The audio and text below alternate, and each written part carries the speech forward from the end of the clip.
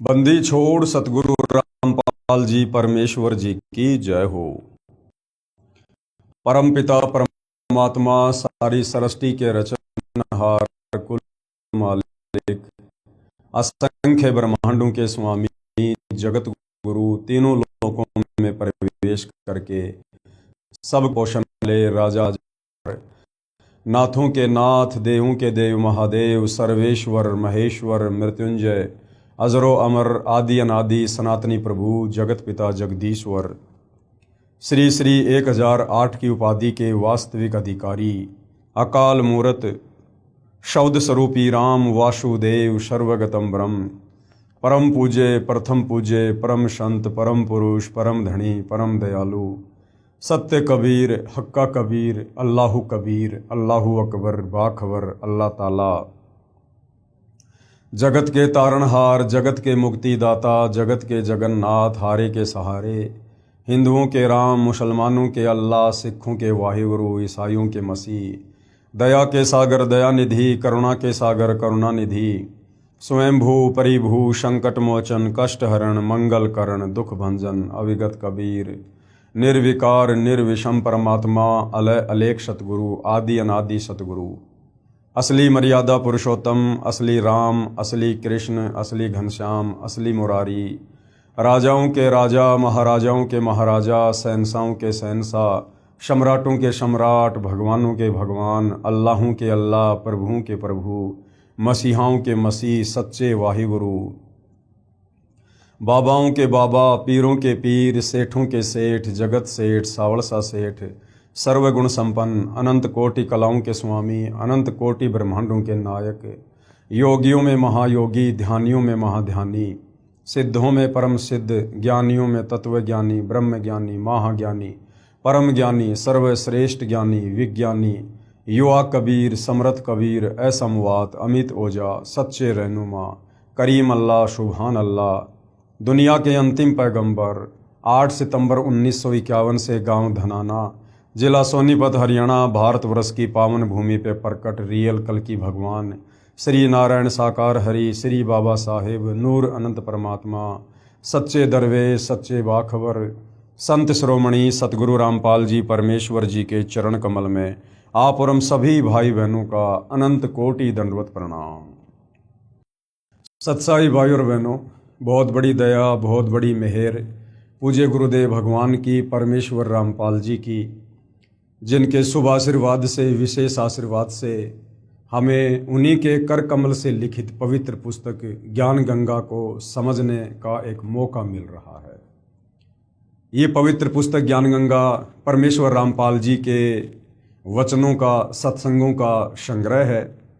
इस पवित्र पुस्तक ज्ञान गंगा में जो भी ज्ञान परमेश्वर रामपाल जी ने डाला है सर्व धर्मशास्त्रों से प्रमाणित है। सुई के नोक रखने जितनी भी जगह आपको इस पुस्तक में कमी निकालने की नहीं मिलेगी। बाकी अपनी आधी अधूरी सोच और अज्ञानता के आधार से भले आप पूरी पुस्तक को भी रिजेक्ट कर सकते हैं, ये आपकी अपनी मर्जी है। भाई और बहनों, आज इस पवित्र पुस्तक के ऊपर हमारा 6 नंबर का वीडियो है। प्रत्येक वीडियो में गुरुदेव भगवान के आशीर्वाद से हमें अध्यात्म के विषय में, भक्ति मार्ग के विषय में, भक्ति और भगवान के विषय में बहुत कुछ जानने और समझने को प्राप्त हो रहा है। भाई और बहनों, आज इस पवित्र पुस्तक पर हमारा टॉपिक सृष्टि रचना को लेकर है। सृष्टि रचना वो कथा है, वो नारायण कथा है, सत्य कथा है, अमर कथा है। इस कथा को समझे बिना आप और हम किसी भी धर्म के, किसी भी धर्म ग्रंथ को नहीं समझ सकते। हम अध्यात्म के निष्कर्ष को नहीं समझ सकते हैं। इसलिए सृष्टि रचना को भक्ति की शुरुआत करने से पहले बारंबार सुनना, पढ़ना, समझना बहुत जरूरी है। परमात्मा प्रेमी आत्माएं प्रथम बार जब इस अमर कथा सृष्टि रचना को सुनेंगी तो उनको लगेगा कि जैसे कोई बनावटी सी बात है, क्योंकि भाई और बहनों, सदियों से हमारे नादान, ज्ञानहीन, तत्व ज्ञानहीन धर्मगुरुओं ने हमें केवल शास्त्र विरुद्ध साधना का ही पाठ पढ़ाया है।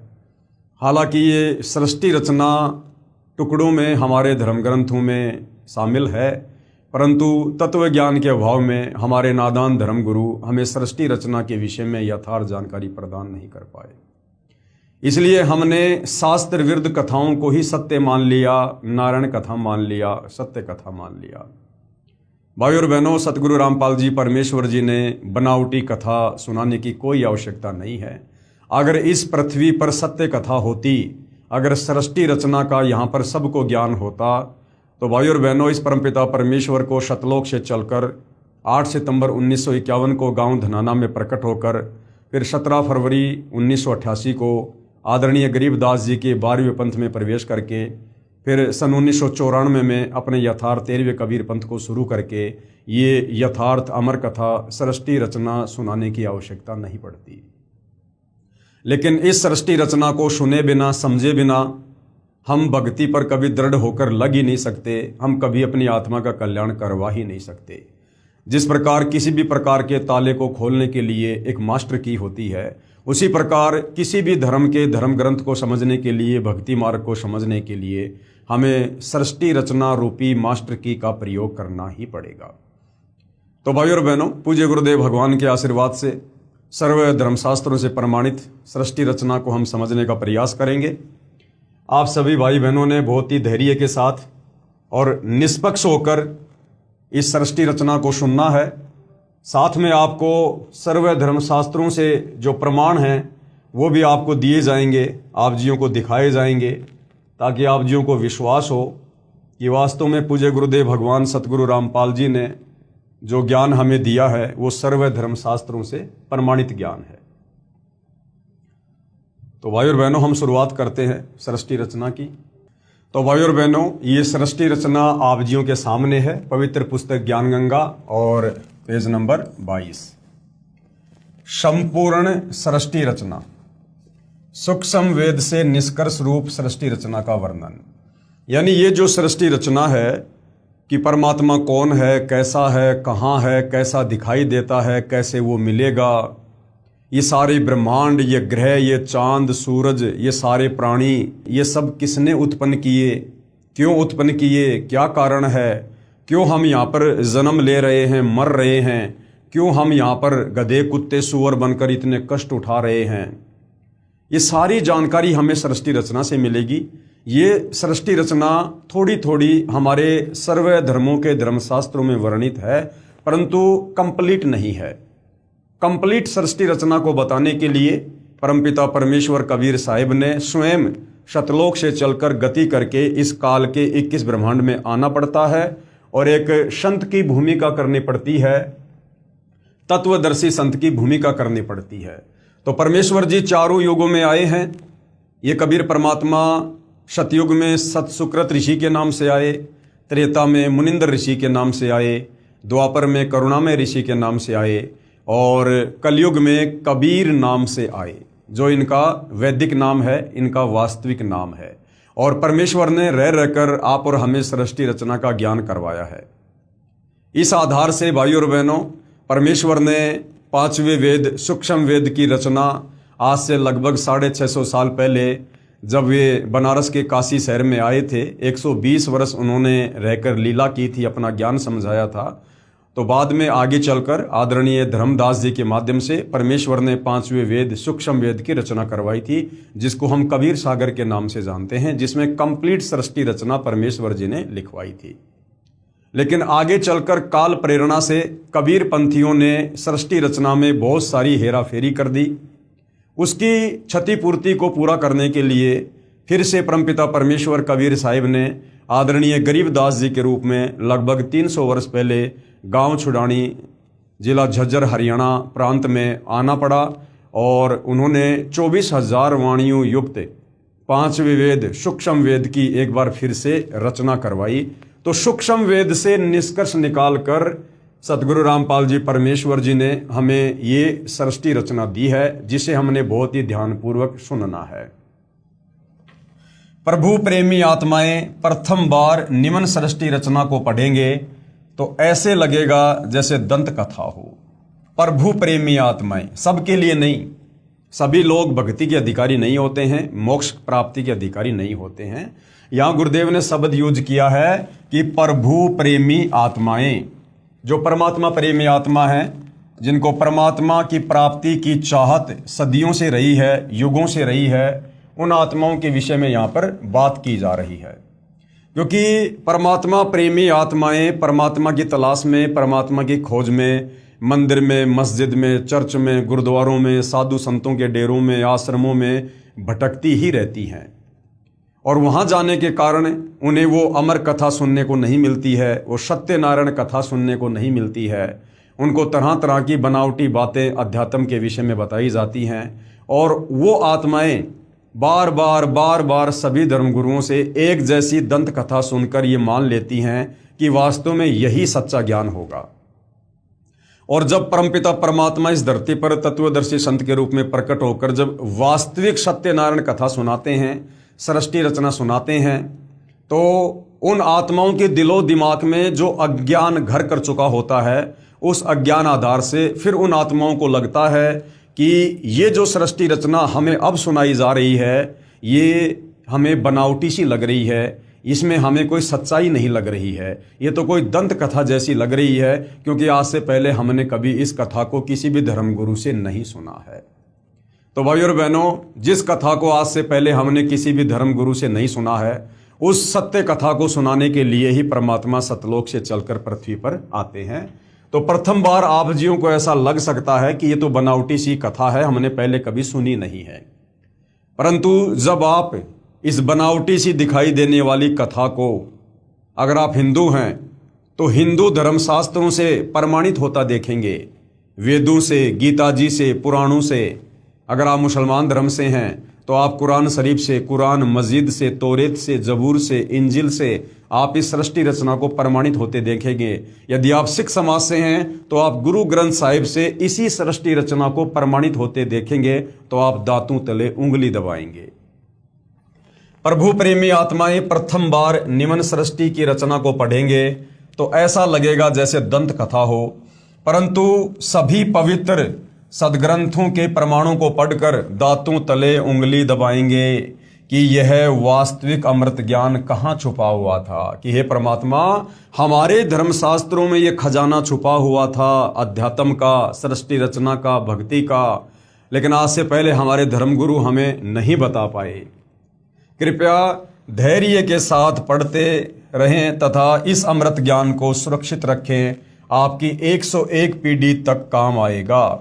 पवित्र आत्माएं कृपया सत्यनारायण यानी अविनाशी प्रभु सत्य पुरुष द्वारा रची सृष्टि रचना का वास्तविक ज्ञान पढ़ें।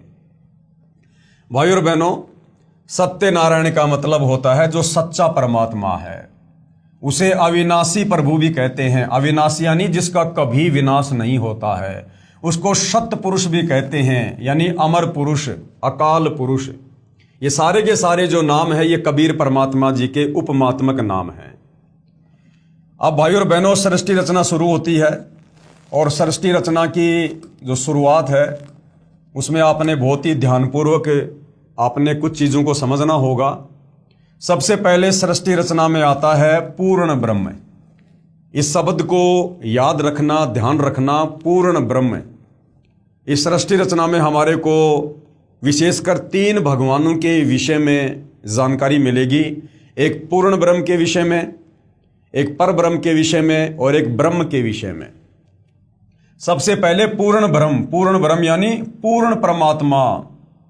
इस सृष्टि रचना में सत्य पुरुष यानी कबीर भगवान, सतलोक का स्वामी वही कबीर भगवान, प्रभु भी उसी को कहते हैं, और अलख पुरुष अलख लोक का स्वामी, और अगम पुरुष अगम लोक का स्वामी, तथा अनामी पुरुष अनामी यानी अकय लोक का स्वामी। तो एक ही पूर्ण ब्रह्म है। यानी भाइयों और बहनों, जो कबीर परमात्मा हैं जिनको पूर्ण ब्रह्म कहते हैं, सर्वप्रथम कबीर परमात्मा अनामी लोक में रहा करते थे। उसके बाद कबीर परमात्मा ने अपनी मर्जी से उन्होंने नीचे के 3 लोकों की ओर रचना की। कौन कौन से लोकों की रचना की?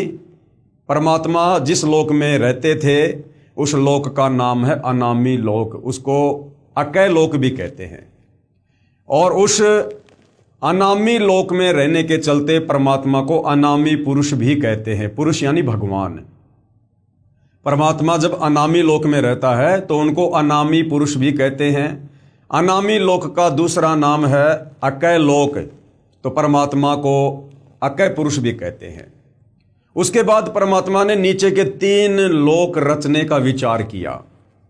अनामी लोक से नीचे अगम लोक, और जब वही कबीर परमात्मा पूर्ण ब्रह्म अपना रूप रूपांतरण करके जब उस अगम लोक में आकर विराजमान होता है तो उनको अगम पुरुष भी कहते हैं। यानी अगम लोक में विराजमान होने के कारण उसी परब्रह्म को, कबीर परमात्मा को अगम पुरुष की संज्ञा भी दी गई है, अगम पुरुष। अगम लोक से नीचे फिर परमात्मा ने रचा अलख लोक।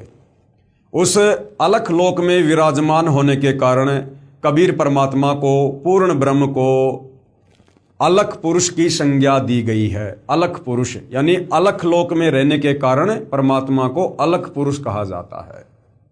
उसके बाद परमात्मा ने नीचे का चौथा लोक रचा सत्यलोक, और सत्यलोक में विराजमान होने के कारण कबीर परमात्मा को सत्य पुरुष की संज्ञा दी गई है, सत्य पुरुष की। यानी परमात्मा एक ही है, कबीर भगवान। वही कबीर परमात्मा 4 लोकों की रचना करके और भिन्न भिन्न नाम से उन 4 लोकों में निवास करता है। अनामी लोक में अनामी पुरुष, अगम लोक में अगम पुरुष, अलख लोक में अलख पुरुष और सतलोक में सत्य पुरुष। ये 4 परमात्मा भिन्न भिन्न नहीं हैं, चारों एक ही हैं। वो कबीर भगवान अपने रूप रूपांतरण करके 4 लोकों में विराजमान होता है। तो आप जी भ्रमित मत हो जाना, ये जो पूरी जानकारी यहाँ तक जो दी गई है ये 4 लोकों की जानकारी है। उन 4 लोकों में ये कबीर परमात्मा, ये पूर्ण ब्रह्म खुद ही अलग अलग नाम से विराजमान होता है। इस सृष्टि रचना में सत्य पुरुष यानी सतलोक का स्वामी प्रभु और अलख पुरुष यानी अलख लोक का स्वामी और अगम पुरुष यानी अगम लोक का स्वामी तथा अनामी पुरुष यानी अनामी जिसका दूसरा नाम है अकय लोक का स्वामी, तो एक ही पूर्ण ब्रह्म है यानी कबीर परमात्मा। वास्तव में अविनाशी प्रभु है, यानी जो कबीर परमात्मा है, जो पूर्ण ब्रह्म है, वो अविनाशी है, उसको मारने में कोई भी सक्षम नहीं है। जो भिन्न भिन्न रूप धारण करके अपने 4 लोकों में रहता है, जिसके अंतर्गत असंख्य ब्रह्मांड आते हैं। तो सबसे पहले हो गया पूर्ण ब्रह्म। ये याद रखना है भाई और बहनों हमने, क्योंकि हम सृष्टि रचना को समझ रहे हैं, हमने बहुत ही ध्यानपूर्वक सृष्टि रचना को समझना है। तो सबसे पहले पूर्ण ब्रह्म यानी कबीर परमात्मा जी जो ऊपर के 4 लोक रच के 4 लोकों में खुद ही विराजमान रहते हैं। उसके बाद दूसरे नंबर का भगवान है पर ब्रह्म। पर ब्रह्म ये 7 संग ब्रह्मांड का स्वामी है, जिसका गीता अध्याय 15 श्लोक नंबर 16 में जिक्र है। ये वो परब्रह्म है जिसके 7 संग ब्रह्मांड हैं। पर ब्रह्म यह केवल 7 संख ब्रह्मांड का स्वामी यानी प्रभु है, मालिक है, भगवान है। यह अक्षर पुरुष भी कहलाता है। गीता अध्याय 15 श्लोक नंबर 16 में जिन 2 भगवानों का जिक्र है, क्षर पुरुष और अक्षर पुरुष, तो ये वो अक्षर पुरुष है, 7 संग ब्रह्मांड का स्वामी। परंतु यह तथा इसके ब्रह्मांड भी वास्तव में अविनाशी नहीं है। परंतु ये वास्तव में अविनाशी नहीं है, इसका भी जन्म और मृत्यु होती है। इसके 7 संग ब्रह्मांड भी उत्पत्ति और प्रलय में आते हैं। उसके बाद तीसरे नंबर का जो भगवान है वो है ब्रह्म। तीसरे नंबर का भगवान कौन है? ये ब्रह्म। ये है भाइयों और बहनों काल। इस ब्रह्म को काल भी कहते हैं।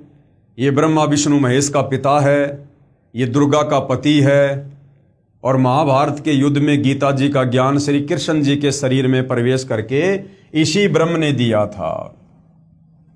ये केवल 21 ब्रह्मांड का स्वामी है। इस ब्रह्म के पास, काल के पास केवल 21 ब्रह्मांड हैं।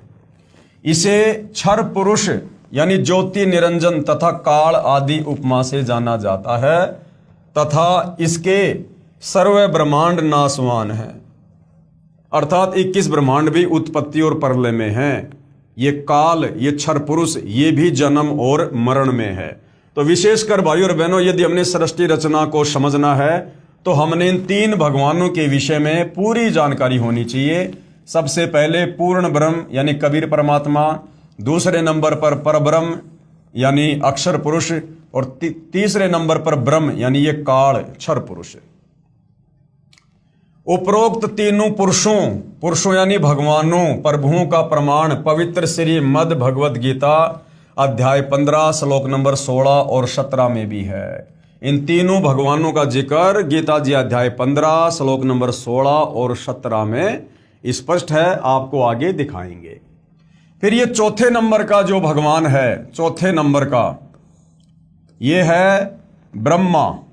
चौथे नंबर का क्या है? ब्रह्मा। ये ब्रह्मा कौन है? ये इस ब्रह्म का बड़ा बेटा है, इस काल का बड़ा बेटा है। इस ब्रह्म यानी काल के 3 पुत्र हैं, ब्रह्मा विष्णु महेश। तो इस ब्रह्म का जो बड़ा बेटा है वो है ब्रह्मा। ब्रह्मा इसी ब्रह्म यानी काल का ज्येष्ठ यानी बड़ा पुत्र है, विष्णु बीच वाला पुत्र है, तथा शिव अंतिम तीसरा पुत्र है। ये तीनों इस ब्रह्म के यानी काल के पुत्र केवल एक ब्रह्मांड में एक विभाग के स्वामी अर्थात भगवान है, तथा नाशवान है, अर्थात ब्रह्मा विष्णु महेश भी नाशवान है, जन्म और मृत्यु में है। विस्तृत जानकारी के लिए कृपया पढ़ें निम्नलिखित सृष्टि रचना। तो भाइयों और बहनों, ये 4 चीजें हमने याद रखनी है, ध्यान रखनी है अगर सृष्टि रचना को समझना है तो। सबसे पहले पूर्ण ब्रह्म, फिर परब्रह्म, फिर ब्रह्म, और चौथा इस ब्रह्म का जो बेटा है यह है ब्रह्मा। अब भाइयों और बहनों, हम सृष्टि रचना को विस्तार से समझेंगे। कबीर देव, सीधा सीधा हम कहते हैं कबीर परमेश्वर। वेदों में परमेश्वर को क्या कहा है? कबीर देव, जिसको हम कबीर भगवान, कबीर साहिब कहते हैं। तो कबीर देव ने सूक्ष्म वेद अर्थात 5वां वेद अर्थात कबीर वाणी में अपने द्वारा रची सृष्टि का ज्ञान स्वयं ही बताया है, जो निम्नलिखित है। सर्वप्रथम केवल एक स्थान अनामी यानी अनामय लोक था। सबसे पहले क्या था? केवल एक स्थान था, एक ही जगह थी, एक ही धाम था, अनामी लोक, जिसको अनामय लोक भी कहते हैं, जिसको अकय लोक भी कहते हैं। कबीर परमात्मा जी वहीं रहा करते थे। सर्वप्रथम केवल एक स्थान अनामी अनामय लोक था। ना ये क्षर पुरुष था, ना ये अक्षर पुरुष था, ना ये काल था, ना काल के तीनों बेटे थे, ना ये 21 ब्रह्मांड था, ना ये चांद सितारे थे, ना ये परब्रह्म था, ना धर्मराज था, ना दुर्गा थी, कुछ नहीं था, ना सतलोक था, कुछ नहीं था। सबसे पहले केवल एक ही लोक था, जिसको अनामी यानी जिसको अनामी लोक कहो, चाहे अनामय कहो, चाहे जिसको अकय लोक कहो, जिसे अकय लोक भी कहा जाता है। अकय का मतलब है जिसके विषय में पहले कभी किसी ने ना सुना हो, अकय लोक। पूर्ण परमात्मा उस अनामी लोक में अकेला रहता था। पूर्ण परमात्मा कौन? कबीर भगवान। पूर्ण ब्रह्म उस अनामी लोक में अकेला रहता था। उस परमात्मा का वास्तविक नाम कबीर देव अर्थात कबीर परमेश्वर है। सभी आत्माएं उस पूर्ण धनी के शरीर में समाई हुई थी। आप और हम जितनी भी आत्माएं हैं, यहाँ जो गधा, कुत्ता, सुअर, मक्खी, मच्छर, 84 लाख योनियों में, ये पेड़ पौधों की योनियाँ, जल में रहने वाले जीव, स्त्री पुरुष, और ये जो अक्षर पुरुष है परब्रह्म, जिसके 7 संग ब्रह्मांड है, इसके लोक में जितनी भी आत्माएं हैं और शतलोक में जितनी आत्माएं हैं, हम सभी आत्माएं इसी कबीर परमात्मा के शरीर में सूक्ष्म रूप में समाई हुई थी। सभी आत्माएं उस पूर्ण धनी के शरीर में समाई हुई थी। इसी कबीर देव का उपमात्मक पदवी का नाम अनामी पुरुष है। इसी कबीर परमात्मा को अनामी लोक में रहने के कारण अनामी पुरुष यानी अनामी भगवान भी कहते हैं। पुरुष का अर्थ है प्रभु, और उस प्रभु ने मनुष्यों को अपने ही स्वरूप में बनाया है, इसलिए मानव का नाम भी पुरुष पड़ा है। जैसे हमें कह दिया जाता है ना कि पुरुष, स्त्री और पुरुष, तो हमें पुरुष क्यों कहा जाता है? वैसे तो पुरुष का मतलब है भगवान परमात्मा, लेकिन हमें भी यहाँ पर क्या कह दिया जाता है? पुरुष। क्यों कहा जाता है? क्योंकि हमें उसी कबीर परमात्मा जी ने, जो वास्तव में पुरुष है, एकमात्र सारी सृष्टि में पुरुष तो वही है, बाकी सब उसकी आत्मा है, तो उसी कबीर पुरुष ने आप और हमें अपने वचन से उत्पन्न किया, इसलिए हमें भी यहाँ पर पुरुष कहा जाता है। लेकिन असल में पुरुष वो कबीर परमात्मा ही है। प्रभु ने मनुष्यों को अपने ही स्वरूप में बनाया है, इसलिए मानव का नाम भी पुरुष ही पड़ा है। अनामी पुरुष के एक रोम यानी शरीर के बाल का प्रकाश। अनामी पुरुष कौन? कबीर परमात्मा जी। अनामी लोक में रहने के कारण उनको अनामी पुरुष कहा जाता है। उस कबीर परमात्मा के शरीर के एक बाल में, रोमकूप यानी एक बाल में कितनी रोशनी है? अनामी पुरुष के एक रोम यानी शरीर के बाल का प्रकाश शंख सूर्यों की रोशनी से भी अधिक है। पूरी बॉडी पर 3.5 करोड़ रोमकूप होते हैं। और कबीर परमात्मा पूर्ण प्रभु जो अनामी लोक में रहता है, जिसको अनामी पुरुष की संज्ञा भी दी गई है, उस परमेश्वर की अनामी लोक में इतनी चमक है, इतना नूर है उनके शरीर का, कि एक बाल में शंख सूरज के जितना प्रकाश है। हम जो ये सूर्य देखते हैं ना, शंख, शंख का मतलब नील, पद्म, शंख, तो शंख सूर्यों जितना प्रकाश उस परमात्मा के एक बाल में है। और टोटल शरीर पर 3.5 करोड़ बाल हैं, तो सोचिए परमेश्वर का नूर कितना तेज होगा अनामी लोक में। विशेष, जैसे किसी देश के आदरणीय प्रधानमंत्री जी का शरीर का नाम, तो ये जो शतलोक है वहां की जो रचना है उसकी जानकारी दी हुई है। इसको हम आगे पढ़ेंगे, बाद में पढ़ेंगे। पहले हमें परमात्मा जो समझाना चाह रहे हैं वो हम समझते हैं। जैसे किसी भी देश के प्रधानमंत्री का नाम तो अन्य होता है, अलग ही होता है, तथा उसके पद का उपमात्मक नाम प्रधानमंत्री होता है। जैसे वर्तमान में 2026 में हमारे भारत देश के प्रधानमंत्री का वास्तविक नाम है नरेंद्र दामोदर दास मोदी, लेकिन हम उनको प्रधानमंत्री भी कह देते हैं, क्योंकि प्रधानमंत्री उनकी पदवी का नाम है, उनकी पोस्ट का नाम है। इसी प्रकार जो कबीर परमात्मा है, वास्तव में उनका नाम है कबीर देव, लेकिन अनामी लोक में रहने के कारण उस परमात्मा को अनामी पुरुष की संज्ञा भी दी गई है। फिर वही कबीर परमात्मा जब अगम लोक में आके विराजमान होता है तो उनको अगम पुरुष की संज्ञा दी जाती है। फिर वही कबीर परमात्मा जब अलख लोक में आके विराजमान होता है तो उनको अलग पुरुष की संज्ञा दी जाती है। और वही कबीर परमात्मा जब सतलोक में आकर विराजमान होता है तो उनको सत्य पुरुष की संज्ञा दी जाती है। और जैसे जैसे परमात्मा नीचे के लोकों में विराजमान होते हैं, वैसे वैसे उनकी शक्ति में अंतर होता चला जाता है।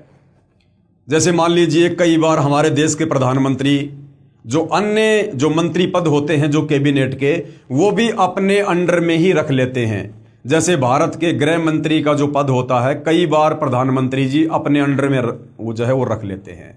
तो जब वही प्रधानमंत्री उस गृह मंत्री वाली पोस्ट के हिसाब से जब कहीं पर सिग्नेचर करेगा तो उनकी शक्ति प्रधानमंत्री की तुलना में डाउन हो जाती है, कम हो जाती है।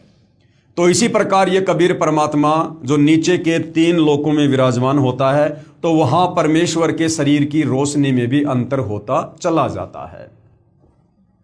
जैसे भारत देश के प्रधानमंत्री का नाम तो अन्य होता है, तथा उसका जो पद होता है यानी जो उपमात्मक पदवी का नाम है वो प्रधानमंत्री होता है। कई बार प्रधानमंत्री जी अपने पास कई विभाग भी रख लेते हैं, तथा जिस भी विभाग के दस्तावेजों पर हस्ताक्षर करते हैं तो उस समय उसी पद को लिखते हैं। जैसे गृह मंत्रालय के कागजों पर हस्ताक्षर करेंगे तो अपने को गृह मंत्री लिखेंगे, वहां उसी व्यक्ति के हस्ताक्षर की शक्ति कम होती है। इसी प्रकार कबीर परमेश्वर यानी कबीर देव की रोशनी में अंतर भिन्न भिन्न लोकों में होता जाता है। ठीक इसी प्रकार पूर्ण परमात्मा कबीर देव, कबीर परमेश्वर नीचे के 3 और लोकों में, यानी जो अगम लोक है, अलख लोक है और शतलोक है, उसकी रचना शब्द यानी वचन से की। कबीर परमात्मा ने नीचे के 3 लोकों की रचना शब्द से, अपने वचन से की। अगम लोक की रचना, अलख लोक की रचना और शतलोक की रचना। ठीक इसी प्रकार पूर्ण परमात्मा कबीर देव यानी कबीर परमेश्वर ने नीचे के 3 और लोकों की, अगम लोक की, अलख लोक की, शतलोक की रचना शब्द यानी वचन से की। यही पूर्ण ब्रह्म यानी यही कबीर परमात्मा, कबीर देव, कबीर परमेश्वर ही आगम लोक में प्रकट हुआ। अनामी लोक से वो कबीर परमात्मा खुद ही उस आगम लोक की रचना करके उसमें जो है प्रकट हुआ, तथा कबीर देव, कबीर परमेश्वर अगम लोक का भी स्वामी है, क्योंकि उसी परमात्मा ने अगम लोक को रचा, तथा वहां इनका उपमात्मक पदवी का नाम अगम पुरुष। अगम लोक में आकर विराजमान होने के कारण उसी कबीर परमात्मा का क्या नाम विख्यात हुआ? अगम पुरुष, अर्थात अगम प्रभु। इसी अगम परमात्मा का मानव सदृश से शरीर बहुत तेजोमय है, जिसके एक रोम यानी शरीर के एक बाल की रोशनी खरब सूर्य की रोशनी से भी अधिक है।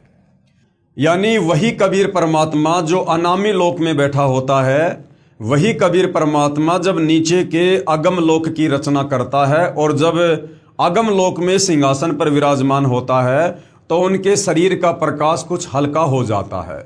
अनामी लोक में परमात्मा के एक रोमकूप की रोशनी शंख सूर्यों जितनी, और अगम लोक में उस परमात्मा के एक रोमकूप की रोशनी खर्ब सूर्य जितनी हो जाती है, जिसके एक रोम यानी शरीर के बाल की रोशनी खरब सूर्य की रोशनी से भी अधिक है। उसके बाद यही पूर्ण परमात्मा कबीर देव यानी कबीर साहेब, कबीर परमेश्वर जब अलख लोक में प्रकट हुआ तथा स्वयं ही अलख लोक का भी स्वामी है, तथा उपमात्मक पदवी का नाम अलख पुरुष भी इसी परमेश्वर का है। अगम लोक के बाद परमात्मा ने नीचे के लोक की रचना की, जिसको अलख लोक कहते हैं। उस अलख लोक में जब वही कबीर परमात्मा आकर सिंहासन पर विराजमान होता है तो उनको अलख पुरुष की संज्ञा दी जाती है और उनके शरीर की रोशनी में भी अंतर हो जाता है। तथा इस पूर्ण प्रभु का मानव सदृश से शरीर तेजोमय, स्वयं ज्योति, स्वयं प्रकाशित है। एक रोम यानी शरीर के एक बाल की रोशनी अरब सूर्यों के प्रकाश से भी ज्यादा है। और उसके बाद जब यही कबीर परमात्मा नीचे के चौथे लोक शतलोक में आकर विराजमान होता है, यही पूर्ण प्रभु शतलोक में प्रकट हुआ तथा शतलोक का भी अधिपति यही है। इसलिए इसी का उपमात्मक पदवी का नाम सत्य पुरुष यानी अविनाशी प्रभु है। नीचे के चौथे लोक शतलोक में आकर विराजमान होने के कारण परमेश्वर को सत्य पुरुष की संज्ञा दी जाती है, और इसी का नाम अकाल मूर्ति यानी इसी कबीर परमात्मा को अकाल मूर्ति भी कहते हैं, शब्द स्वरूपी राम भी कहते हैं, पूर्ण ब्रह्म भी कहते हैं, परम अक्षर ब्रह्म आदि भी कहते हैं। इसी सत्य पुरुष यानी कबीर देव, कबीर प्रभु का मानव सदृश से शरीर तेजोमय है, जिसके एक रोम यानी एक शरीर के बाल का प्रकाश करोड़ सूर्यों तथा इतने ही चंद्रमाओं के प्रकाश से भी अधिक है। इस कबीर देव यानी कबीर प्रभु ने सत्य पुरुष रूप में प्रकट होकर कहां? शतलोक में उसी कबीर परमात्मा ने सत्य पुरुष रूप में प्रकट होकर शतलोक में विराजमान होकर प्रथम शतलोक में अन्य रचना की। सबसे पहले परमात्मा ने शतलोक में सृष्टि की रचना की शुरुआत की। एक शब्द यानी एक वचन से 16 द्वीपों की रचना की। उस शतलोक की धरती पर परमात्मा ने एक वचन उच्चारण करके 16 द्वीप बना दिए, 16 जगह बना दी। फिर 16 शब्दों से 16 पुत्रों की उत्पत्ति की। फिर परमात्मा ने 16 शब्द उच्चारण किए और 16 शब्दों से परमात्मा ने अपने 16 पुत्रों की उत्पत्ति की और अपने 16 पुत्रों को एक एक द्वीप दे दिया।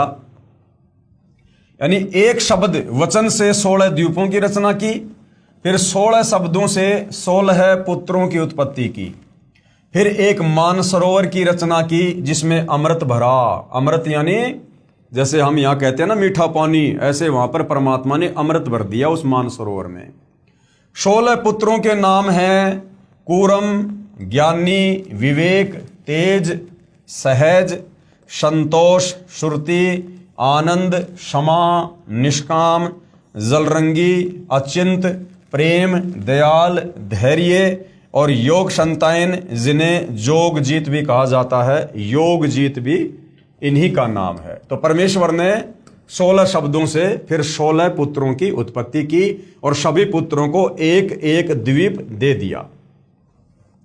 सत्य पुरुष यानी कबीर देव ने अपने पुत्र अचिंत को, अचिंत जो कि 12वें नंबर का सत्य पुरुष कबीर भगवान का बेटा है, सत्य पुरुष कबीर देव ने अपने पुत्र अचिंत को सत्य लोक की अन्य रचना का भार सौंपा कि भाई अचिंत, अब तू आगे सतलोक में सृष्टि की रचना कर, तथा शक्ति प्रदान कर दी। अचिंत ने अक्षर पुरुष यानी पर ब्रह्म की शब्द से उत्पत्ति की। अचिंत ने क्या किया? जो शक्ति परमात्मा ने दी थी उस शब्द शक्ति से अचिंत ने सृष्टि रचना में सहयोग के लिए एक आत्मा उत्पन्न की, जिसको क्या कहा जाता है? पर ब्रह्म। पर ब्रह्म कहो या अक्षर पुरुष कहो, जो गीता अध्याय 15 श्लोक नंबर 16 में अक्षर पुरुष कहा गया है, ये वही अक्षर पुरुष है जिसको पर ब्रह्म भी कहते हैं। अचिंत ने अक्षर पुरुष यानी पर ब्रह्म की शब्द से उत्पत्ति की तथा कहा कि मेरी मदद करना। अक्षर पुरुष नहाने के लिए स्नान करने मानसरोवर पर चला गया, वहां आनंद आया तथा सो गया, लंबे समय तक बाहर नहीं आया। तब अचिंत की प्रार्थना पर अक्षर पुरुष को नींद से जगाने के लिए कबीर देव, कबीर परमेश्वर ने उसी मानसरोवर से कुछ अमृत जल लेकर एक अंडा बनाया तथा उस अंडे में एक आत्मा प्रवेश की तथा अंडे को मानसरोवर के अमृत जल में छोड़ा। जब काफी समय बीत गया तो कबीर परमात्मा जी ने अचिंत से कहा कि भाई अचिंत, आप सृष्टि रचना क्यों नहीं रच रहे? तो अचिंत ने कहा कि भगवान, मैंने एक आत्मा उत्पन्न की थी अक्षर पुरुष को, पर ब्रह्म को सहयोगी के लिए, लेकिन वो तो मानसरोवर में जाकर सो गया और वो तो वहां से उठ नहीं पा रहा है। ये परमात्मा, आप उसे निंद्रा से उठाइए। तो कबीर परमात्मा जी ने उसी मानसरोवर से थोड़ा सा जल अपने हाथ में लिया, अपनी वचन शक्ति से एक अंडा बनाया, उस अंडे में एक आत्मा प्रवेश की, उस आत्मा को उस मानसरोवर के जल में छोड़ दिया। अंडे की गड़गड़ाहट से अक्षर पुरुष की निंद्रा भंग हो गई। जब वो अंडा मानसरोवर के अंदर छोड़ा गया तो अंडे की गड़गड़ाहट की आवाज से अक्षर पुरुष यानी परब्रह्म की निंद्रा भंग हो गई। उसने अंडे को क्रोध से देखा, जिस कारण से अंडे के 2 भाग हो गए, यानी अंडा फूट गया। उसमें से ज्योति निरंजन, जिसको क्षर पुरुष भी कहते हैं, वो निकला, जो आगे चलकर काल कहलाया। उस अंडे में से कौन आत्मा निकली? क्षर पुरुष, जिसको आगे चलकर काल की संज्ञा दी गई है। यही ब्रह्मा विष्णु महेश का पिता, दुर्गा का पति, 21 ब्रह्मांड का नकली भगवान, जिसके जाल में आप और हम सभी फंसे पड़े हैं, इसकी उसी अंडे से उत्पत्ति कबीर भगवान ने सतलोक में की थी।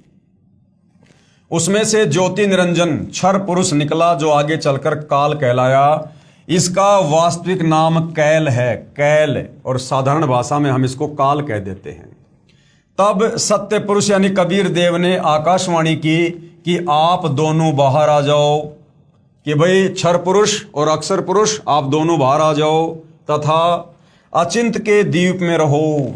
और उनको क्या आज्ञा दे दी कि तुम दोनों, काल और ये परब्रह्म, क्षर पुरुष और अक्षर पुरुष, तुम दोनों अचिंत के लोक में रहो, तुम तीनों एक साथ रहो।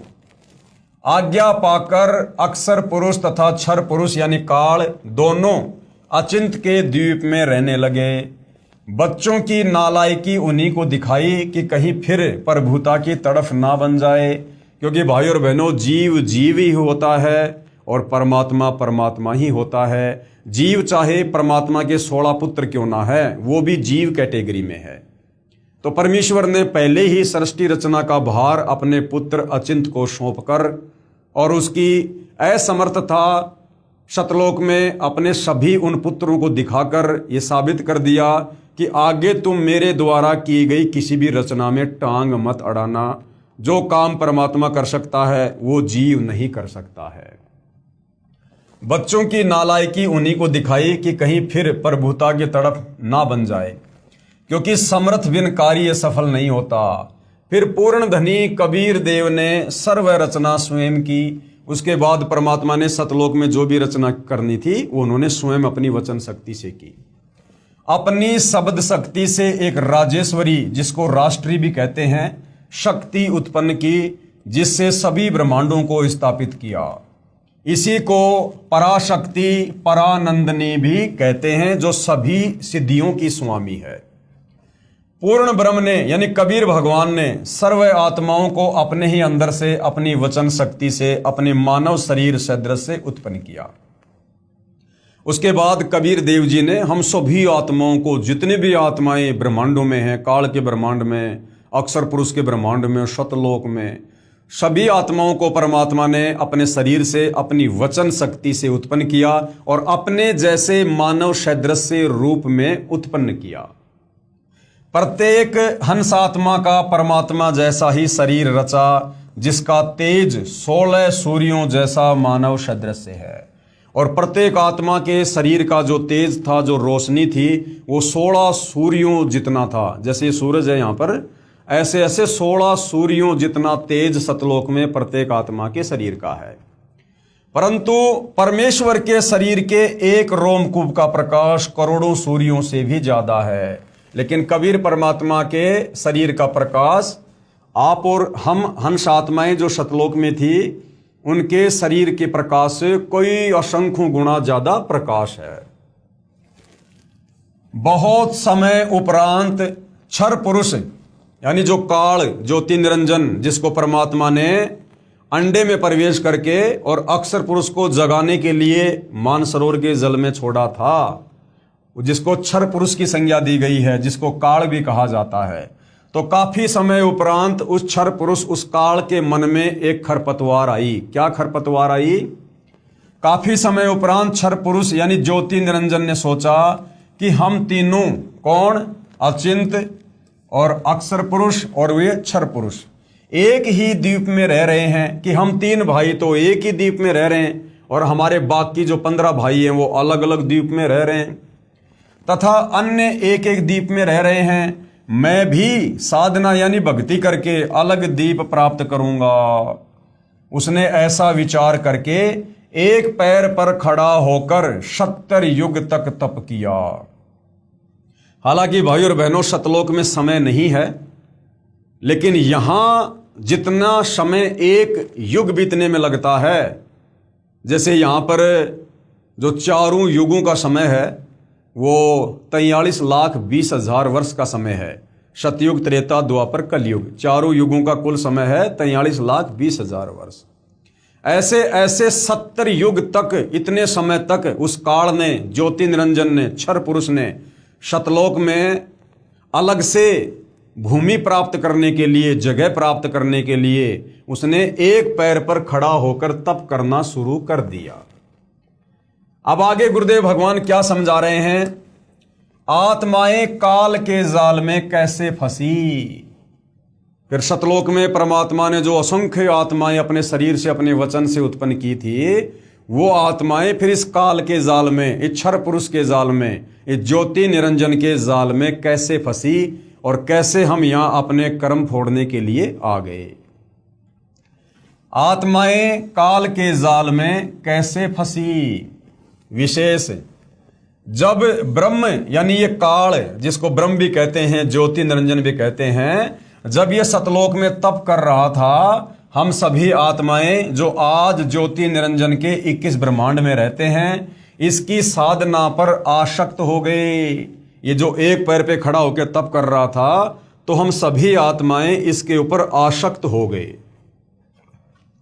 तथा हृदय से इसे चाहने लगे, अपने सुखदायी प्रभु सत्य पुरुष से विमुख हो गए। यानी कबीर परमात्मा से आस्था हटा ली और हमारी आस्था इस काल में लग गई जो ये तप कर रहा था, जिस कारण से पतिव्रता पद से गिर गए। पूर्ण प्रभु ने यानी कबीर परमात्मा जी ने बार बार सावधान करने पर भी हमारी आसक्ति इच्छर पुरुष यानी काल से नहीं हटी। यही प्रभाव आज भी काल सृष्टि में विद्यमान है। जैसे नौजवान बच्चे फिल्म स्टारों यानी अभिनेताओं तथा अभिनेत्रियों की बनावटी अदाओं तथा अपने रोजगार मकसद से कर रहे भूमिका पर अति आसक्त हो जाते हैं, रोकने से भी नहीं रुकते। यदि कोई अभिनेता या अभिनेत्री निकटवर्ती शहर में आ जाए तो देखे उन नादान बच्चों की भीड़ केवल दर्शन करने के लिए बहु संख्या में एकत्रित हो जाती हैं। लेना एक न देने दो, रोजी रोटी अभिनेता कमा रहे हैं, नौजवान बच्चे लुट रहे हैं। माता पिता कितना ही समझाएं किंतु बच्चे नहीं मानते, कहीं न कहीं कभी न कभी लुक छिप कर जाते ही रहते हैं। इसी प्रकार कबीर परमात्मा जी ने हमें सतलोक में बहुत सावधान किया, बार बार आकाशवाणी की कि बच्चों ये अपने कर्म फोड़ रहा है, ये जो काल है जो तप कर रहा है ये मनमानी कर रहा है, तुम इसके ऊपर ध्यान मत दो, तुम आराम से रहो, तुम्हारे पास में किस चीज की कमी है। हम ऊपर से तो सावधान हो गए परंतु अंदर से जो चाहत थी वो हमारी काल से नहीं हटी, तो हम पतिव्रता पद से नीचे गिर गए। पूर्ण ब्रह्म कबीर देव कबीर प्रभु ने क्षर पुरुष से पूछा, उस काल से पूछा कि बोलो क्या चाहते हो, कि भैया तप क्यों कर रहा है। सत्युग के बाद परमात्मा ने पूछा कि आप क्या चाहते हो, तो उसने कहा कि पिताजी ये स्थान मेरे लिए बहुत कम है, मुझे अलग से द्वीप प्रदान करने की कृपा करें। तो हक्का कबीर यानी सत्य कबीर ने उसे 21 ब्रह्मांड प्रदान कर दिए। कितने ब्रह्मांड प्रदान कर दिए? 21 ब्रह्मांड प्रदान कर दिए। कुछ समय उपरांत ज्योति निरंजन ने सोचा इसमें कुछ रचना करनी चाहिए कि भाई मैंने परमात्मा से ये खाली प्लाट तो ले लिए, अब इसमें कुछ कंस्ट्रक्शन करना चाहिए, कुछ रचना भी करनी चाहिए। खाली ब्रह्मांड यानी प्लाट किस काम के, ये विचार करके 70 युग तप करके पूर्ण परमात्मा कबीर देव कबीर प्रभु से रचना सामग्री भी यानी उसने रचना सामग्री की याचना की। सत्य पुरुष ने उसे 3 गुण तथा 5 तत्व प्रदान कर दिए। 3 गुण कौन से? रजगुण, सतगुण, तमगुण और 5 तत्व है अग्नि, पृथ्वी, जल, आकाश और वायु। ये 3 गुण और 5 तत्व परमात्मा जी ने उस काल को प्रदान कर दिए, जिससे ब्रह्म यानी ज्योति निरंजन ने अपने ब्रह्मांडों में कुछ रचना की। फिर सोचा कि इसमें जीव भी होने चाहिए, अकेले का दिल नहीं लगता। ये विचार करके 64 युग तक फिर तप किया। पूर्ण परमात्मा कबीर देव के पूछने पर बताया कि मुझे कुछ आत्मा दे दो, मेरा अकेले का दिल नहीं लग रहा है। तब सत्य पुरुष यानी कबीर देव कबीर परमेश्वर ने कहा कि भाई ब्रह्म, हे काल, तेरे तप के प्रतिफल में मैं तुझे और ब्रह्मांड दे सकता हूं कि तेरे को अगर और द्वीप चाहिए और ब्रह्मांड चाहिए तो ले ले, परंतु मेरी आत्माओं को किसी भी जप तप साधना के फल रूप में नहीं दे सकता। हाँ, यदि कोई अपनी इच्छा से तेरे साथ जाना चाहे तो वह जा सकता है। युवा कबीर समर्थ कबीर के वचन सुनकर ये ज्योति निरंजन ये काल हमारे पास आया। हम सभी हंसात्मा पहले से ही उस पर आसक्त थे, हम उसे चारों तरफ से घेर कर खड़े हो गए। ज्योति निरंजन ने कहा कि मैंने पिताजी से अलग 21 ब्रह्मांड प्राप्त कर लिए, वहां नाना प्रकार के रमणीय स्थल बनाए हैं। अब ये काल हमारे पास में आया और ये हमारे को भ्रमित करने लगा कि मैंने पिताजी से ऐसे ऐसे 21 ब्रह्मांड प्राप्त कर लिए हैं और इन 21 ब्रह्मांडों में मैंने 3 गुण और 5 तत्वों से बहुत ही बढ़िया बढ़िया जगह बनाई है, घूमने की फिरने की बहुत ही मनोरंजन वाली जगह बनाई है, बड़े बड़े बाग बगीचे बनाए हैं मैंने। क्या आप लोग मेरे साथ चलोगे?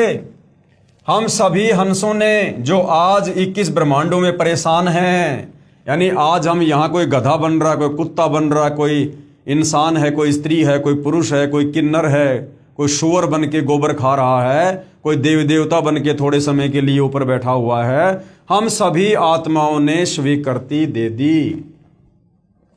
हम सभी हंसों ने जो आज 21 ब्रह्मांडों में परेशान है, कहा कि हम तैयार हैं, यदि पिताजी आज्ञा दें तब क्षर पुरुष पूर्ण ब्रह्म कबीर देव के पास गया तथा सर्वय वार्ता कही।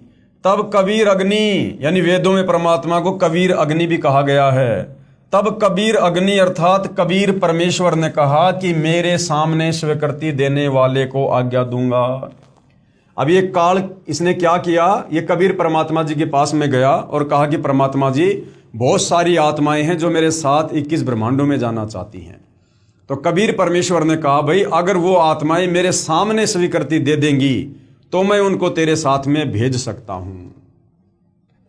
क्षर पुरुष यानी ये काल तथा परम अक्षर पुरुष यानी कबीर परमात्मा, जिनको कबीर अमित ओझा भी कहा गया है, यानी जिसकी शक्ति का कोई वार पार नहीं, वह कबीर दोनों हम सभी हंसात्माओं के पास आए। कौन? क्षर पुरुष और परम अक्षर पुरुष, ये काल और कबीर परमात्मा दोनों हम सभी हंसात्माओं के पास आए। और सत्य कबीर देव ने कहा कि जो हंसात्मा इस ब्रह्म के साथ जाना चाहता है, हाथ ऊपर करके स्वीकृति दे दे। अपने पिता के सामने किसी की हिम्मत नहीं हुई, किसी ने स्वीकृति नहीं दी। बहुत समय तक सन्नाटा छाया रहा। एक आत्मा ने किया, जी मैं जाना चाहता हूं। बहुत देर बाद एक हंस आत्मा ने हाथ खड़ा किया और कहा कि पिताजी, इस क्षर पुरुष के साथ में मैं जाना चाहता हूं। फिर तो उसकी देखा देखी जो आज काल ब्रह्म के 21 ब्रह्मांडों में फंसी हैं, हम सभी आत्माओं ने स्वीकृति दे दी। परमेश्वर कबीर जी ने ज्योति निरंजन से कहा कि आप अपने इस स्थान पर जाओ कि भाई क्षर पुरुष, तू तेरे 21 ब्रह्मांडों में जा। जिन्होंने तेरे साथ जाने की स्वीकृति दी है, मैं उन सभी हंस आत्माओं को आपके पास भेज दूंगा। ज्योति निरंजन अपने 21 ब्रह्मांडों में चला गया। उस समय तक यह 21 ब्रह्मांड सतलोक में ही थे, यानी सतलोक के ही एक कोने में परमात्मा ने इसको 21 ब्रह्मांड दिए थे। तो परमात्मा जी ने कहा कि भाई क्षर पुरुष, तू तेरे 21 ब्रह्मांड में जा, और जिन जिन आत्माओं ने तेरे साथ में जाने के लिए हाथ खड़ा किया है, उन सब के नंबर मेरे कंप्यूटर में आ गए हैं और मैं अपने हिसाब से तेरे पास उन सभी आत्माओं को भेज दूंगा। तत्पश्चात पूर्ण ब्रह्म ने, यानी कबीर परमात्मा जी ने सर्वप्रथम स्वीकृति देने वाले हंस को लड़की का रूप दिया। जिसने सबसे पहले काल के 21 ब्रह्मांड में जाने के लिए हाथ खड़ा किया था, परमात्मा ने उसको एक सुंदर लड़की का रूप दिया। परंतु स्त्री इंद्री नहीं रची, लेकिन उसको जनेंद्री नहीं लगाई। तथा सर्व आत्माओं को जिन्होंने ज्योति निरंजन यानी ब्रह्म के साथ जाने की सहमति दी थी, उस लड़की के शरीर में प्रवेश कर दिया। सूक्ष्म रूप में परमात्मा ने बाकी सभी आत्माओं को जिन्होंने हाथ खड़े किए थे, उस प्रथम हाथ खड़ा करने वाले हंस के, जिसको परमात्मा ने लड़की का रूप बना दिया था, उसके अंदर प्रवेश कर दिया, उस लड़की के शरीर में प्रवेश कर दिया। तथा उसका नाम आस्ट्रा, उसका नाम क्या रखा परमात्मा ने? जिसने सबसे पहले हाथ खड़ा किया था, जिसका परमात्मा ने सुंदर लड़की का रूप बनाया, उसका नाम आस्ट्रा यानी आदि माया, जिसको प्रकृति देवी भी कहते हैं गीता जी में, जिसको हम दुर्गा देवी कहते हैं। दुर्गा शेरा वाली, इस शेरा वाली दुर्गा ने सबसे पहले सतलोक में हाथ खड़ा किया था। दुर्गा ये आगे जाके कहलाई है। सतलोक में केवल एक ये हंस आत्मा था, जिसका परमात्मा ने आगे चलकर लड़की का रूप बनाया और फिर आगे चलकर इसका नाम दुर्गा पड़ा। तथा सत्य पुरुष यानी कबीर देव जी ने कहा कि बेटी, मैंने तेरे को शब्द शक्ति प्रदान कर दी है। जितने जीव ये ब्रह्म कहे आप उत्पन्न कर देना। पूर्ण ब्रह्म कबीर देव यानी कबीर साहेब अपने पुत्र सहजदास के द्वारा प्रकृति को क्षर पुरुष के पास भिजवा दिया और कबीर परमात्मा जी ने क्या किया, अपने पुत्र सहज दास के माध्यम से उस दुर्गा को, जिसको युवा लड़की का रूप दिया था, उस ज्योति निरंजन काल ब्रह्म के पास 21 ब्रह्मांड में भेज दिया कि भाई सहजदास अपनी बहन को क्षर पुरुष के पास में छोड़ के आ जा और उसको कह देना कि पिताजी ने सभी आत्माओं को इसके शरीर में डाल दिया है सूक्ष्म रूप में, और तू जितनी आत्मा कहेगा ये अपनी वचन शक्ति से अपने शब्द से उत्पन्न कर देगी युवा शरीर में लड़का या लड़की। सहजदास जी ने ज्योति निरंजन को बताया कि पिताजी ने इस बहन के शरीर में उन सभी आत्माओं को प्रवेश कर दिया है जिन्होंने आपके साथ जाने की सहमति व्यक्त की थी, तथा इसको पिताजी ने वचन शक्ति प्रदान की है। आप जितने जीव चाहोगे प्रकृति यानी ये दुर्गा अपने शब्द से उत्पन्न कर देगी। ये कहकर सहजदास वापस अपने द्वीप में आ गया। अब आगे क्या होता है भाई और बहनों, फिर बात कहां बिगड़ती है, क्यों परमात्मा ने फिर इस क्षर पुरुष को और इस दुर्गा को हम सभी आत्माओं सहित शतलोक से 16 शंख कोश की दूरी पर यहां 21 ब्रह्मांड में भेज दिया। अब युवा होने के कारण लड़की का रंग रूप निखरा हुआ था। ब्रह्म यानी काल के अंदर विषय वासना उत्पन्न हो गई तथा प्रकृति देवी के साथ अभद्र गतिविधि प्रारंभ की, यानी छेड़छाड़ करने लगा। तब दुर्गा ने कहा कि ज्योति निरंजन, मेरे पास पिताजी की प्रदान की हुई शब्द शक्ति है, आप जितने प्राणी कहोगे मैं वचन से उत्पन्न कर दूंगी। आप मैथुन परंपरा शुरू मत करो, आप भी उसी परमात्मा के शब्द से अंडे से उत्पन्न हुए हो तथा मैं भी उसी परमात्मा के वचन से ही बाद में उत्पन्न हुई हूं। आप मेरे बड़े भाई हो, बहन भाई का ये योग महापाप का कारण बनेगा। परंतु ज्योति निरंजन ने प्रकृति देवी की एक भी प्रार्थना नहीं सुनी तथा अपनी शब्द शक्ति द्वारा नाखूनों से स्त्री इंद्री यानी भग प्रकृति को लगा दी तथा बलात्कार करने की ठानी। उसी समय दुर्गा ने अपनी इज्जत रक्षा के लिए कोई और चारा ना देख सूक्ष्म रूप बनाया तथा ज्योति निरंजन के खुले मुख के द्वारा पेट में प्रवेश करके पूर्ण ब्रह्म कबीर देव से अपनी रक्षा के लिए याचना की। जब काल विषय वासनाओं के अंतर्गत आ गया और उसने गलत गतिविधि करनी शुरू कर दी दुर्गा के रूप रंग को देखकर, तो दुर्गा ने कहा कि भैया हम आपस में भाई बहन हैं, हम एक ही परमात्मा के वचन से उत्पन्न हैं और भाई बहन का ये शारीरिक मिलन ये महापाप होता है। लेकिन वो कहाँ सुनने वाला था, और जैसे ही उसने आलिंगन करने के लिए चुंबन के लिए अपना मुंह खोला, उसी समय दुर्गा ने अपनी यानी जो परमात्मा ने उसको जो वचन शक्ति दी थी, जो सिद्धियां उसको दी थी, उसने सूक्ष्म रूप बनाया और सूक्ष्म रूप बनाकर उस ज्योति निरंजन के मुख के माध्यम से उसके पेट में प्रवेश कर गई और वहां बैठकर उसने अपने पिताजी कबीर भगवान से अपनी इज्जत रक्षा की प्रार्थना की। उसी समय कबीर देव अपने पुत्र योग संताइन अर्थात जोगजीत का रूप बनाकर वहां प्रकट हुए तथा उस कन्या को यानी उस दुर्गा को ब्रह्म के पेट से बाहर निकाला तथा कहा कि ज्योति निरंजन, आज से तेरा नाम काल होगा। उस दिन से इस क्षर पुरुष का नाम परमात्मा ने क्या रख दिया, काल, कि आज से तेरा नाम काल होगा। तेरे जन्म मृत्यु होते रहेंगे, इसलिए तेरा नाम क्षर पुरुष होगा। क्षर पुरुष का मतलब है जो जन्मता और मरता है, नाशवान। 1 लाख मानव शरीरधारी प्राणियों को प्रतिदिन खाया करेगा और 1.25 लाख उत्पन्न किया करेगा। आप दोनों को 21 ब्रह्मांड सहित निष्कासित किया जाता है। इतना कहते ही 21 ब्रह्मांड विमान की तरह चल पड़े और सहजदास के द्वीप के पास से होते हुए शतलोक से 16 शंख कोश यानी एक कोस में लगभग 3 किलोमीटर होता है, यानी 48 शंख किलोमीटर की दूरी पर आकर रुक गए। अब हमें आगे गुरुदेव भगवान क्या समझाना चाह रहे हैं, विवरण, विशेष विवरण। अब तीन शक्तियों का विवरण आया है। अभी तक हमने सृष्टि रचना में तीन भगवान शक्तियों के विषय में पढ़ा। सबसे पहले पूर्ण ब्रह्म यानी कबीर परमात्मा, उसके बाद में पर ब्रह्म यानी वो अक्षर पुरुष जो मानसरोवर में जाके सो गया था, पर ब्रह्म, और उसके बाद में ब्रह्म यानी ये काल जो परमात्मा ने अंडे से उत्पन्न किया। तो अभी तक हमने केवल तीन शक्तियों के बारे में पढ़ा है, पूर्ण ब्रह्म, पर ब्रह्म और ब्रह्म। सबसे पहली शक्ति कौन सी?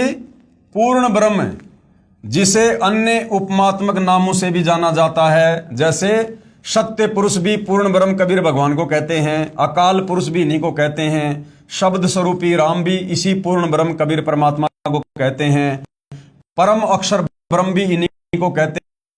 यह पूर्ण ब्रह्म यानी कबीर परमात्मा असंख्य ब्रह्मांडों का स्वामी है तथा वास्तव में अविनाशी है। तो एक तो हो गया पूर्ण ब्रह्म जिसके बारे में हमने पढ़ा। दूसरी शक्ति है पर ब्रह्म, जिसे अक्षर पुरुष भी कहा जाता है। यह वास्तव में अविनाशी नहीं है, सात संग ब्रह्मांडों का स्वामी है। और तीसरी शक्ति कौन सी है? ब्रह्म, ये काल, जिसे ज्योति निरंजन, काल, कैल, क्षर पुरुष तथा धर्मराय आदि नामों से जाना जाता है, जो केवल 21 ब्रह्मांड का स्वामी है। अब आगे इसी ब्रह्म यानी काल की सृष्टि के एक ब्रह्मांड का परिचय दिया जाएगा, जिसमें तीन और नाम आपके पढ़ने में आएंगे, ब्रह्मा, विष्णु तथा शिव। अब कबीर परमात्मा ने इसको श्राप दे दिया कि भैया आज से तेरा नाम काल होगा और तेरे जन्म और मृत्यु होंगे और तू प्रतिदिन 1,00,000 मानव शरीरधारी आत्माओं को खाया करेगा और 1,25,00,000 तेरे भोजन के लिए ये दुर्गा उत्पन्न किया करेगी। और उसको श्राप दे दिया कि अब तू सतलोक से निष्कासित हो जा। उसी समय उसके 21 ब्रह्मांड सतलोक से अलग होकर और चल पड़े एक विमान की तरह, और सतलोक से 48 शंख किलोमीटर, नील पद्म शंख 48 जो है शंख किलोमीटर यानी 16 शंख कोस की दूरी पर आकर रुक गए। एक कोस में 3 किलोमीटर होते हैं, 16 शंख कोस की दूरी है इस 21 ब्रह्मांड और सतलोक की। तो 48 शंख किलोमीटर दूर आकर काल के 21 ब्रह्मांड रुक गए, ठहर गए, एक जगह स्थापित हो गए। अब 21 ब्रह्मांड में हम केवल एक ब्रह्मांड के विषय में जानकारी प्राप्त करेंगे। इस काल के 21 ब्रह्मांड में हम केवल एक ब्रह्मांड के विषय में अब आगे जानकारी प्राप्त करेंगे। और इस एक ब्रह्मांड में हमारे को 3 नए भगवानों का नाम और सुनने को मिलेगा, ब्रह्मा, विष्णु, शिव। ये ब्रह्मा, विष्णु, शिव इस काल, इस ज्योति निरंजन के पुत्र हैं जो इसने दुर्गा से उत्पन्न किए। तो अब हम एक ब्रह्मांड की सृष्टि के विषय में जानकारी प्राप्त करेंगे। ब्रह्म तथा ब्रह्मा में भेद। अब आगे सृष्टि रचना को समझने के लिए हमने इस ब्रह्म तथा इस ब्रह्मा में क्या अंतर है यह समझना पड़ेगा। यह ब्रह्म तो है 21 ब्रह्मांड का स्वामी जिसको काल कहते हैं, और ब्रह्मा है इसका बेटा, यानी ब्रह्मा, विष्णु, महेश इस ब्रह्म के 3 पुत्र हैं। तो ये जो ब्रह्मा है ये इस ब्रह्म का, इस काल का सबसे बड़ा बेटा है। एक ब्रह्मांड में बने सर्वोपरि स्थान पर ब्रह्म यानी ये क्षर पुरुष रहता है। तो भाइयों और बहनों, ये एक ब्रह्मांड का लघु चित्र बनाकर पूज्य गुरुदेव भगवान ने हमें समझाया है कि काल किस प्रकार से एक ब्रह्मांड की सृष्टि को चलाता है। काल को कुल 21 ब्रह्मांड दिए परमात्मा ने। अब ये काल एक ब्रह्मांड से सृष्टि की शुरुआत करता है। ये एक ब्रह्मांड का लघु चित्र है जो पूज्य गुरुदेव भगवान ने यहां पर बनाया हुआ है। इस एक ब्रह्मांड में ये काल क्या करता है? एक ब्रह्मांड में सबसे ऊपर के लोक में ये स्वयं रहता है और ये उस ब्रह्मांड में अपनी पत्नी दुर्गा को साथ में रखता है। और इसने सबसे ऊपर 3 लोकों की रचना कर रखी है। ये 3 लोक इसने बना रखे हैं। एक है ये रजोगुण क्षेत्र, दूसरा है ये तमोगुण क्षेत्र और तीसरा है शतोगुण क्षेत्र। अब ये काल क्या करता है भाइयों और बहनों, रजोगुण क्षेत्र जो इसने बना रखा है, यहां पर ये काल महाब्रह्मा रूप में रहता है और अपनी पत्नी दुर्गा को महासावित्री रूप में रखता है। ये काल ही अपना एक रूप बनाता है महाब्रह्मा और अपनी पत्नी दुर्गा का महासावित्री रूप बनाता है, और ये दोनों यहां पर एक ब्रह्मांड में पति पत्नी रूप में रहते हैं और शारीरिक संबंध बनाकर ये जो संतान उत्पन्न करते हैं इस रजोगुण क्षेत्र में, वो भी रजोगुण युक्त हो जाता है, जिसका नाम ये ब्रह्मा रखते हैं। फिर दूसरी जगह है ये तमोगुण क्षेत्र। इस तमोगुण क्षेत्र में ये काल महाशिव रूप बनाकर रहता है और अपनी पत्नी दुर्गा को महापार्वती रूप में रखता है, और यहां पर ये शारीरिक संबंध बनाकर जो संतान उत्पत्ति करते हैं उसका नाम ये शिव रखते हैं, और वो बेटा तमोगुण युक्त हो जाता है, तमोगुण युक्त। तीसरा क्षेत्र है शतोगुण प्रधान क्षेत्र। इस शतोगुण प्रधान क्षेत्र में ये काल महाविष्णु रूप बना के रहता है, अपनी पत्नी दुर्गा को महालक्ष्मी रूप में रखता है, और यहां पर शारीरिक संबंध बनाकर जो संतान ये उत्पन्न करते हैं वो शतोगुण प्रधान हो जाता है, जिसका नाम ये विष्णु रखते हैं। अर्थात एक ब्रह्मांड में ये काल और दुर्गा तीन पुत्रों की उत्पत्ति करते हैं, ब्रह्मा विष्णु महेश की, अपनी सृष्टि को चलाने के लिए। और इसी एक ब्रह्मांड में जो कबीर परमात्मा जी हैं वो भी गुप्त रूप में अपना एक लोक बनाकर रखते हैं, जिसको मिनी सतलोक कहते हैं, जिसके विषय में इस काल को जानकारी नहीं होती है। और फिर इसी एक ब्रह्मांड में नीचे भाइयों और बहनों ये दुर्गा जी का लोक है, जहां पर ये शेरा वाली रहती है, ये दुर्गा का लोक है। और फिर इसी एक ब्रह्मांड में यहां पर ये सप्तपुरी बनी हुई हैं, ये धर्मराय का लोक है, जहां बैठकर सभी जीवों का वो लेखा जोखा करता है। और इसी एक ब्रह्मांड में इस काल में हमें धोखा देने के लिए ये नकली अनामी लोक बना रखा है, नकली अगम लोक बना रखा है, नकली अलख लोक बना रखा है और नकली शतलोक बना रखा है। फिर ये बहुत बड़ा एक समुद्र है, मीठे जल का समुद्र है ये बहुत बड़ा। फिर इसने यहाँ पर एक महास्वर्ग बना रखा है, और नीचे फिर जो बच्चे इसने इन तीनों जगहों पर रहकर जो इसने पैदा किए थे दुर्गा के साथ, उन तीनों बेटों को ब्रह्मा विष्णु महेश को फिर इसने एक एक लोक दे रखा है। ये विष्णु जी का लोक है, ये श्री ब्रह्मा जी का लोक है, और ये श्री शिव जी का लोक है। और ये जो है ये स्वर्ग है, ये नरक है। यहाँ पर ये देवताओं के राजा श्री इंद्र जी का लोक है। इस प्रकार यहाँ पर ये सूर्य है, ये पृथ्वी है, ये चंद्रमा है, और नीचे फिर ये और लोक हैं एक ब्रह्मांड में, ये वितल, महातल, अतल, सूतल, रसातल, पाताल लोक और ये तलातल, ये 7 लोक और हैं नीचे। तो एक ब्रह्मांड की ये रचना है जो इस काल बली ने की हुई है अपनी इस सृष्टि को चलाने के लिए। अब हम आगे बढ़ते हैं भाइयों और बहनों। तो हमने कहां से चैप्टर शुरू किया था? ब्रह्म तथा ब्रह्मा में भेद, यानी ये ब्रह्म काल है और ब्रह्मा इसका बेटा है। एक ब्रह्मांड में बने सर्वोपरि स्थान पर ये काल ब्रह्म क्षर पुरुष स्वयं रहता है। एक ब्रह्मांड में बने सर्वोपरि स्थान पर ये काल पुरुष स्वयं 3 गुप्त स्थानों की रचना करके ब्रह्मा विष्णु तथा शिव रूप में रहता है, तथा अपनी पत्नी दुर्गा के सहयोग से 3 पुत्रों की उत्पत्ति करता है। उनके नाम भी ब्रह्मा विष्णु तथा शिव ही रखता है। जो ब्रह्म का पुत्र ब्रह्मा है वह एक ब्रह्मांड में केवल 3 लोकों में, यानी एक ब्रह्मांड में जो 3 लोक हैं, पृथ्वी लोक, स्वर्ग लोक, पाताल लोक, उनमें केवल एक रजोगुण विभाग का मंत्री यानी स्वामी है।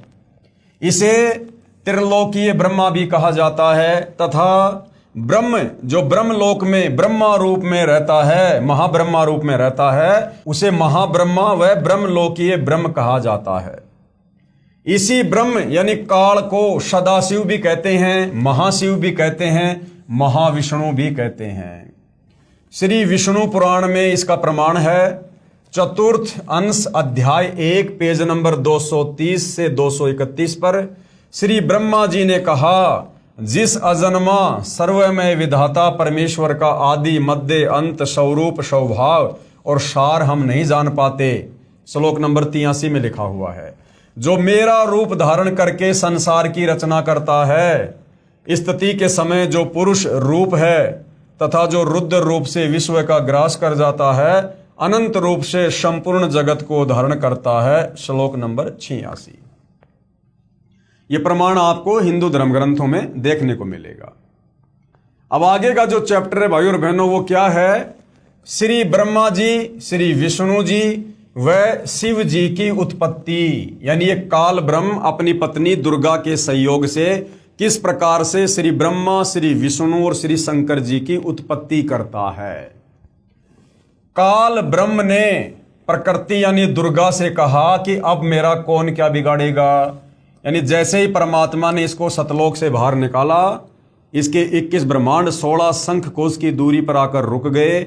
उसके बाद इस काल ने, इस ब्रह्म ने इस प्रकृति यानी दुर्गा से कहा कि अब यहां मेरा कौन क्या बिगाड़ेगा। यानी मेरे साथ में जो बुरा होना था वो तो हो चुका है, अब यहां मेरा कौन क्या बिगाड़ेगा, यहां का राजा मैं हूं, अब मैं तेरे साथ में मनमानी करूंगा, जबरदस्ती करूंगा। काल यानी ब्रह्म ने दुर्गा यानी प्रकृति से कहा कि अब मेरा कौन क्या बिगाड़ेगा, मनमानी करूंगा। प्रकृति ने फिर प्रार्थना की, यानी दुर्गा ने फिर भी उससे प्रार्थना की कि आप कुछ शर्म करो, प्रथम तो आप मेरे बड़े भाई हो, क्योंकि उसी पूर्ण परमात्मा कबीर देव की वचन शक्ति से आपकी यानी ब्रह्म की अंडे से उत्पत्ति हुई तथा बाद में मेरी उत्पत्ति उसी परमेश्वर के वचन से हुई है। दूसरा, मैं आपके पेट से बाहर निकली हूं, मैं आपकी बेटी हुई तथा आप मेरे पिता हुए। इन पवित्र नातों में बिगाड़ करना महापाप होगा। मेरे पास पिता की प्रदान की हुई शब्द शक्ति है। जितने प्राणी आप कहोगे मैं वचन से उत्पन्न कर दूंगी।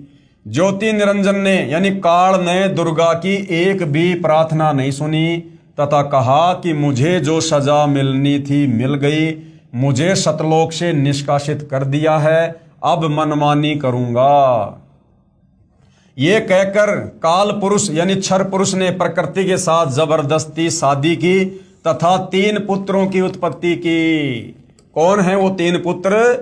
रजगुण युक्त ब्रह्मा जी, सतगुण युक्त विष्णु जी तथा तमोगुण युक्त शिव शंकर जी की उत्पत्ति की। जवान होने तक तीनों पुत्रों को दुर्गा के द्वारा अचेत करवा देता है, यानी कोमा में रखवा देता है जब तक ये तीनों जवान नहीं होते हैं। फिर युवा होने पर श्री ब्रह्मा जी को कमल के फूल पर, श्री विष्णु जी को शेषनाग की सैया पर तथा श्री शिव जी को कैलाश पर्वत पर सचेत करके इकट्ठा कर देता है। तत्पश्चात प्रकृति यानी दुर्गा ने इन तीनों का विवाह कर दिया जाता है समुद्र मंथन के दौरान।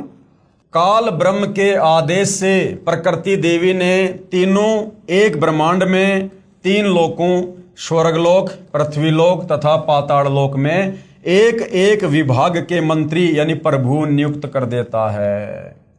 यानी एक ब्रह्मांड में काल की सृष्टि चलती है और एक ब्रह्मांड में अपने तीनों बेटों को ब्रह्मा विष्णु महेश को एक एक विभाग दे देता है।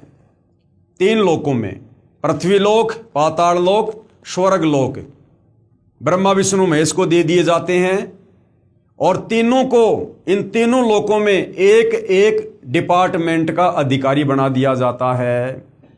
रजोगुण का प्रधान ब्रह्मा जी को बना दिया जाता है, शतोगुण का प्रधान विष्णु जी को बना दिया जाता है और रजोगुण का प्रधान शंकर जी को बना दिया जाता है। यानी एक बेटे को तीनों लोक नहीं दिए, तीनों लोकों में एक एक विभाग अपने तीनों पुत्रों को दिए। जैसे श्री ब्रह्मा जी को रजोगुण विभाग का यानी ब्रह्मा जी अपने रजोगुण के प्रभाव से तीनों लोकों में पृथ्वी, पाताल, स्वर्ग में लोगों को संतान उत्पत्ति करने के लिए विषय वासनाओं से प्रेरित करेंगे। आज इस एक ब्रह्मांड में जितने भी जीव, चाहे गधा कुत्ता सूअर है, चाहे इंसान है, चाहे देवी देवता हैं, जिनके अंदर काम वासना जागृत होती है, बच्चे पैदा करने की जो उमंग होती है, ये श्री ब्रह्मा जी के रजोगुण के प्रभाव के कारण होती है। तो रजोगुण का जो डिपार्टमेंट है वो श्री ब्रह्मा जी को दे दिया। जैसे श्री ब्रह्मा जी को रजोगुण विभाग का तथा विष्णु जी को शतोगुण विभाग का, और आपस में तीनों लोकों में, चाहे देवता हो, चाहे इंसान हो, चाहे जानवर हो, अपने बेटा बेटी के लिए, अपनी कार कोठी संपत्ति के लिए जो आपस में मोह ममता है, वो विष्णु जी के शतोगुण के कारण होती है। विष्णु जी को शतोगुण विभाग का तथा श्री शंकर जी को तमोगुण विभाग का प्रभु बनाया, और आपस में लड़ाई झगड़े, मार पिटाई, राग द्वेष, ईर्ष्या, ये श्री शंकर जी के तमोगुण के प्रभाव के कारण जीवों में उत्पन्न होता है। तथा ये काल ब्रह्म स्वयं गुप्त महाब्रह्मा, महाविष्णु, महाशिव रूप से मुख्यमंत्री पद को संभालता है, और ये काल फिर गुप्त हो जाता है कि भैया अब मेरा आगे का सारा काम ये मेरे तीनों बेटे करेंगे। एक ब्रह्मांड में एक ब्रह्मलोक की रचना की है इस काल ने। एक ब्रह्मांड में सबसे ऊपरी क्षेत्र में एक ब्रह्मलोक की रचना कर रखी है, जहां पर ये अकेला रहता है, जहां इसने तपतशिला बना रखी है, जहां पर ये जीवों के सूक्ष्म शरीर को भून भून के वासना निकाल के खाता है, जो इसको श्राप लगा हुआ है। उसी में गुप्त स्थान बनाए हैं। उसी ब्रह्मलोक में इसने 3 गुप्त स्थान बनाए हैं। एक रजोगुण प्रधान स्थान है, जहां पर ये ब्रह्म यानी काल स्वयं महाब्रह्मा यानी मुख्यमंत्री रूप में रहता है, तथा अपनी पत्नी दुर्गा को महासावित्री रूप में रखता है। इन दोनों के सहयोग से यानी शारीरिक संबंध से जो पुत्र इस स्थान पर उत्पन्न होता है, वह स्वतः ही रजोगुणी बन जाता है, क्योंकि ये रजोगुण प्रधान क्षेत्र है। तो यहां पर जो बच्चा ये दोनों मिलकर पैदा करते हैं, वो ऑटोमेटिक रजोगुणी बन जाता है। दूसरा स्थान है शतोगुण प्रधान स्थान। वहां पर ये क्षर पुरुष यानी काल स्वयं महाविष्णु रूप बनाकर रहता है, तथा अपनी पत्नी दुर्गा को महालक्ष्मी रूप में रखकर जो पुत्र उत्पन्न करता है, उसका नाम विष्णु रखता है। वह बालक शतोगुण युक्त हो जाता है।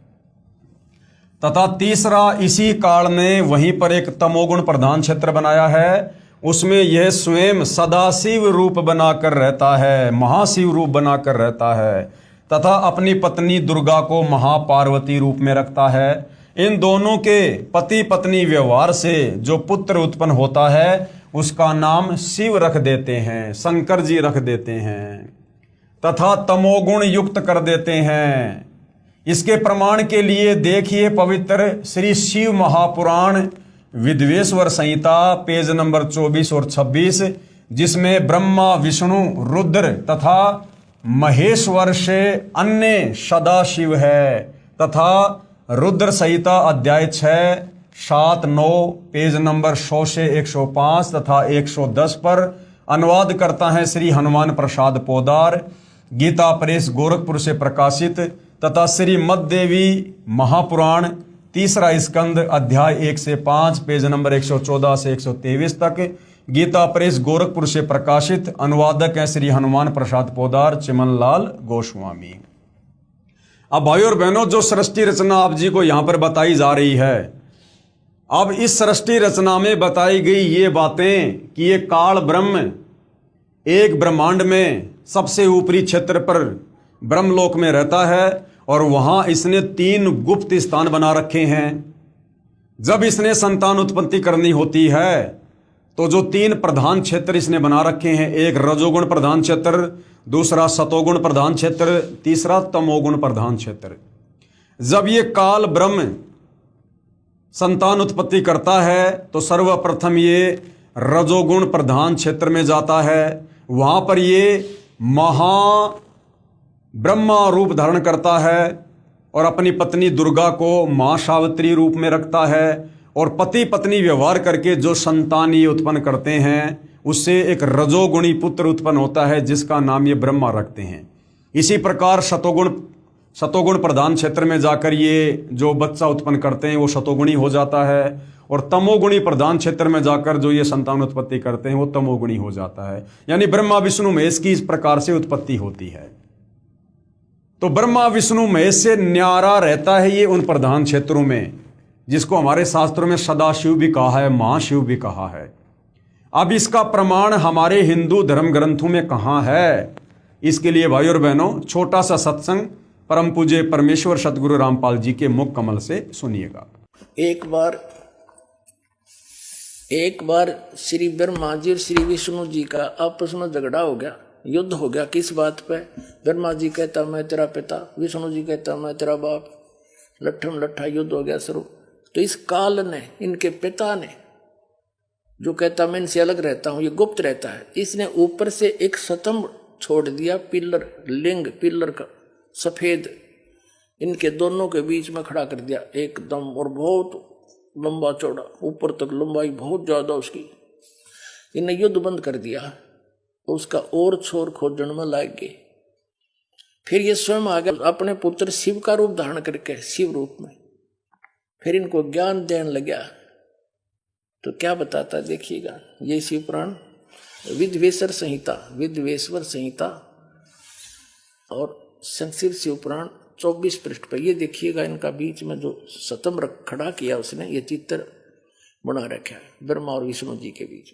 फिर इनके बाद ये आ गया, प्रकट हो गया, इनसे बातें करने लगा। यहाँ पर 25 पृष्ठ पे ब्रह्मा और विष्णु ने पूछा, प्रभु सृष्टि आदि 5 कृत्यों के लक्षण क्या है, यह हम दोनों को बताइए। भगवान शिव बोले, युग काल आ गया शिव रूप में, अपने पुत्र के रूप में। मेरे कर्तव्यों को समझना अत्यंत गहन है, तथापि मैं कृपा पूर्वक तुम्हें उनके विषय में बता रहा हूं। यहां देखना, अब 26 पृष्ठ पे ये क्या कहता है, पुत्रों तुम दोनों ने तपस्या करके प्रसन्न हुए मुझ परमेश्वर से सृष्टि तथा सतिथि नामक 2 कृत प्राप्त किए। ये तो दोनों हो गए, ब्रह्मा और विष्णु। फिर ये दोनों तुम्हें बहुत प्रिय हैं। इसी प्रकार मेरी विभूति स्वरूप रुद्र और महेश्वर ने, ये ने है मैंने, 2 अन्य उत्तम कर संहार और तिरोभाव मुझसे प्राप्त किए। अब से 2 गया, 2 थे ब्रह्मा विष्णु और 2 ये शंकर रुद्र और महेश्वर। 5वां यू बोलनिया जो शिव पुराण बोल रहा है। तो इससे क्या हो गया कि ये इनसे अलग है। ब्रह्मा विष्णु महेश, ये तीनों देवताओं में गुण है, ये इनसे न्यारा है। हो गया शिव पुराण से सिद्ध। यू 5वां अलग से है इनका पिता, चौथा। तो भाई और बहनों, आप जियों ने ये प्रमाण देख लिया है कि ब्रह्मा विष्णु महेश से न्यारा इनका पिता है ये काल ब्रह्म, जिसको सदाशिव भी कहते हैं, महाशिव भी कहते हैं। फिर इन्हीं को धोखे में रखकर, यानी अपने तीनों बेटों ब्रह्मा विष्णु महेश को धोखे में रखकर अपने खाने के लिए जीवों की उत्पत्ति श्री ब्रह्मा जी द्वारा तथा स्तति यानी मोह ममता, एक दूसरे को मोह ममता में रखकर काल जाल में रखना, ये श्री विष्णु जी के द्वारा करवाता है। तथा संहार, क्योंकि काल पुरुष को श्रापवश 1 लाख मानव शरीरधारी प्राणियों के सूक्ष्म शरीर से निकला मैल निकाल कर खाना होता है। उसके लिए 21वें ब्रह्मांड में एक तपतशिला है जो स्वतः गर्म रहती है, उस पर गर्म करके मैल पिघला कर खाता है। जीव मरते नहीं परंतु कष्ट असहनीय होता है। फिर प्राणियों को कर्म आधार पर अन्य शरीर प्रदान करता है, श्री शिव जी द्वारा करवाता है। जैसे किसी मकान में 3 कमरे बने हों, एक कमरे में अश्लील फोटो लगे हों, उस कमरे में जाते ही मन में वैसे ही मलिन यानी गंदे विचार उत्पन्न हो जाते हैं। दूसरे कमरे में साधु संतों भक्तों के चित्र लगे हों तो मन में अच्छे विचार, प्रभु का चिंतन ही बना रहता है। और तीसरे कमरे में देश भक्तों व शहीदों के चित्र लगे हों तो मन में वैसे ही जोशीले विचार उत्पन्न हो जाते हैं। ठीक इसी प्रकार ये ब्रह्म, ये काल ने अपनी सूझबूझ से उपरोक्त तीनों गुण प्रधान स्थानों की रचना की हुई है।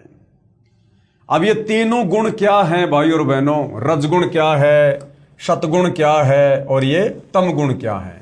तीनों गुण क्या हैं? इसका प्रमाण हमारे धर्मशास्त्रों में कहां पर है कि भाई रजगुण ब्रह्मा है, सतगुण विष्णु है और तमोगुण शंकर है। ये तीनों देवता एक एक गुणों से युक्त हैं। इसका प्रमाण हमारे हिंदू धर्म शास्त्रों में कहाँ है, ताकि हमें इस सृष्टि रचना पर विश्वास हो, जो यथार्थ सृष्टि रचना कबीर परमात्मा जी ने आप और हमें बताई है। तीनों गुण, रजगुण ब्रह्मा जी, सतगुण विष्णु जी, तमगुण शिव जी हैं। ब्रह्म यानी काल तथा प्रकृति, जिसको दुर्गा भी कहते हैं, इनसे उत्पन्न हुए हैं तथा ये तीनों देवता नाशवान हैं, इनका जन्म और मरण होता है। इसका प्रमाण कहां पर है? गीता प्रेस गोरखपुर से प्रकाशित श्री शिव महापुराण, जिसके संपादक हैं श्री हनुमान प्रसाद पोदार, पेज नंबर 24 से 26, विद्वेश्वर संहिता तथा पेज नंबर 110, अध्याय 9 रुद्र संहिता। इस प्रकार ब्रह्मा विष्णु तथा शिव तीनों देवताओं में गुण है, परंतु शिव यानी ये ब्रह्म काल, ये गुणातीत है। यानी इसने तीनों गुण अपने तीनों पुत्रों के अंदर डाल दिए और ये खुद इनसे अलग रहता है, इसलिए इसको गुणातीत कहते हैं। तो भाइयों और बहनों, इसका जो प्रमाण है कि तीनों गुण क्या हैं, ये जब तक आप देखेंगे नहीं, आपको विश्वास नहीं होगा। तो हमारे हिंदू धर्म ग्रंथों में ये सारा प्रमाण है। तो आप जी परम पूज्य परमेश्वर सतगुरु रामपाल जी के मुख कमल से सुनिएगा और देखिएगा, ताकि आपको सृष्टि रचना पर विश्वास हो सके। सुनिएगा। अपने सदग्रंथों में श्री शिव पुराण गीता प्रेस गोरखपुर से प्रकाशित है। इसके संपादक कौन है? हनुमान प्रसाद पोदार।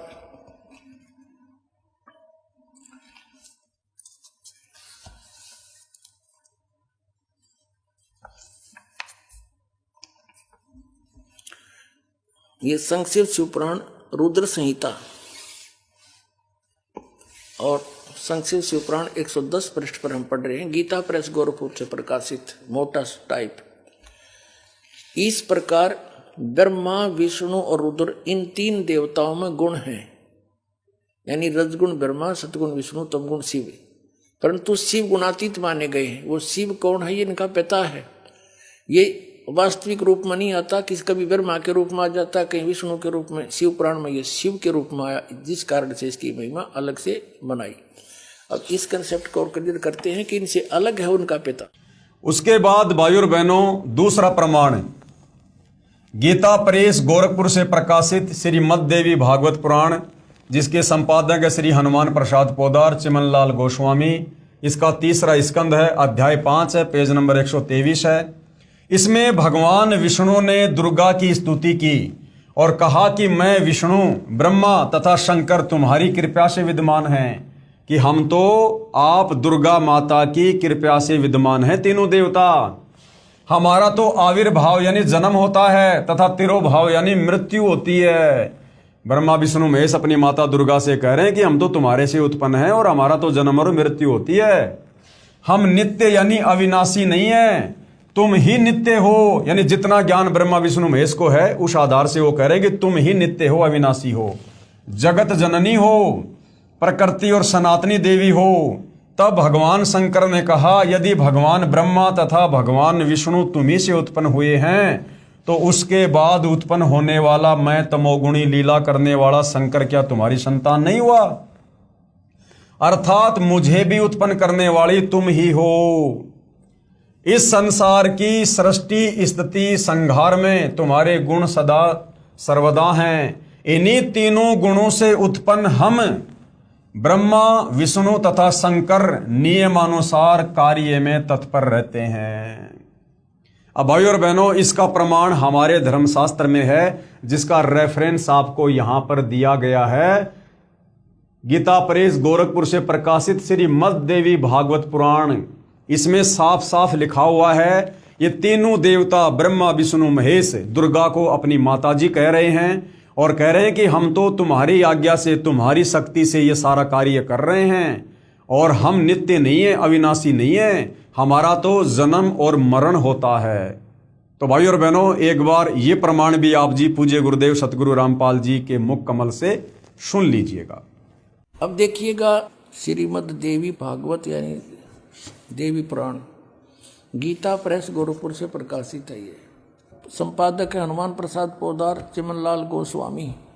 ये कहाँ से छपे हैं? प्रकाशक एवं मुद्रक है गीता प्रेस गोरखपुर, गोविंद भवन कार्यालय कोलकाता का संस्थान, ये यहाँ से छपा है। 123 पृष्ठ पे ये तीसरा स्कंद।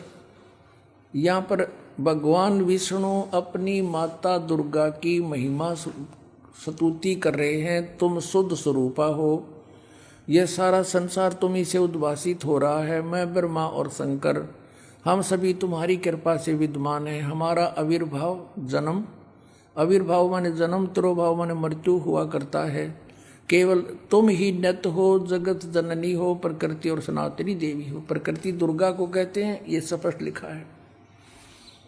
भगवान शंकर बोले, देवी यदि महाभाग विष्णु तुम्ही से प्रकट हुए हैं, उनके बाद उत्पन्न होने वाले ब्रह्मा भी तुम्हारी बालक हुए, फिर तमोगुणी लीला करने वाला शंकर क्या मैं तुम्हारी संतान नहीं हुआ?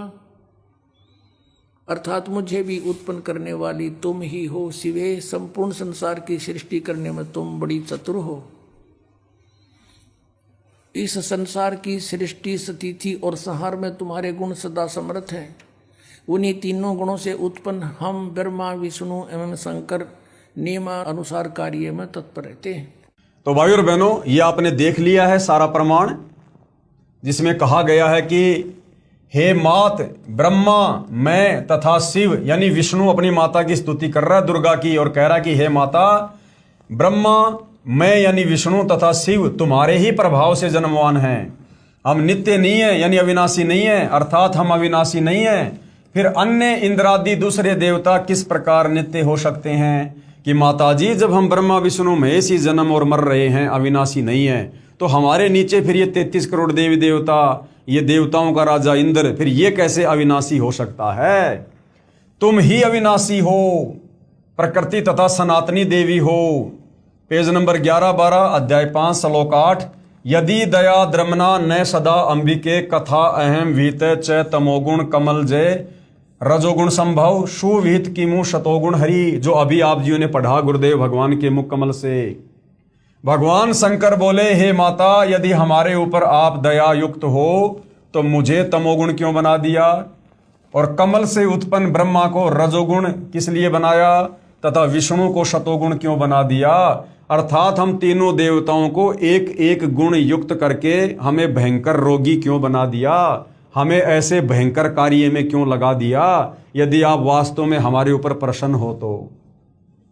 अर्थात जीवों के जन्म मरण रूपी दुष्कर्म में क्यों लगाया? लेकिन भाई और बहनों, दुर्गा की मजबूरी हो गई, क्योंकि दुर्गा ने सतलोक में गलती की। अपने परमपिता परमात्मा से आस्था हटाकर इस काल पर आस्था लगा ली जब ये तप कर रहा था, और सबसे पहले इसने हाथ खड़ा कर दिया 21 ब्रह्मांड में आने के लिए। और उसके बाद काल अब इसका मिसयूज कर रहा है अपने भोजन के लिए। इस काल ने दुर्गा को डरा रखा है, यदि तूने मेरे विषय में अगर जानकारी मेरे तीनों पुत्रों को दे दी तो मेरे से बुरा कोई नहीं। तो अब ये दुर्गा भी डरती हुई अपने तीनों पुत्रों को कुछ नहीं बताती है। इसलिए दुर्गा की मजबूरी हो गई अपने तीनों बच्चों को सृष्टि रचना के विषय में जो है अंधकार में रखने की। तो ये तीनों देवता कह रहे हैं कि माता जी, यदि आप हमारी माँ हो, हमारे ऊपर प्रसन्न हो, आप हमसे प्यार करती हो, तो हमें एक एक गुण युक्त करके, यानी ब्रह्मा जी को रजोगुणी बना दिया, विष्णु जी को शतोगुणी बना दिया, शंकर को तमोगुणी बना दिया, हमें ऐसे भयंकर कार्य में क्यों लगा दिया यदि आप हमसे प्रेम करती हो तो। लेकिन भाई और बहनों, दुर्गा की मजबूरी, अगर काल की आज्ञा ना माने तो फिर काल इसको भी चैन से नहीं जीने दे। श्लोक नंबर 12 ये संस्कृत भाषा में लिखा हुआ है, इसका हिंदी अनुवाद है, अपने पति यानी पुरुष अर्थात काल भगवान के साथ सदा भोग विलास करती रहती हो, आपकी गति कोई नहीं जानता। निष्कर्ष, उपरोक्त प्रमाणों से प्रमाणित हुआ कि रजगुण ब्रह्मा, शतगुण विष्णु तथा तमगुण शिव है। ये तीनों नाशवान है, अर्थात जन्म और मरण में है तीनों देवता। और दुर्गा का पति ब्रह्म, जिसको काल कहते हैं, यह उसके साथ भोग विलास करता है। यह भी सिद्ध हुआ कि दुर्गा तथा ब्रह्म यानी काल भी साकार हैं, निराकार नहीं हैं। अब भाई और बहनों, आगे का जो चैप्टर है उस चैप्टर में लिखा है कि ये जो ब्रह्म है, जो काल है, काल की अव्यक्त रहने की प्रतिज्ञा।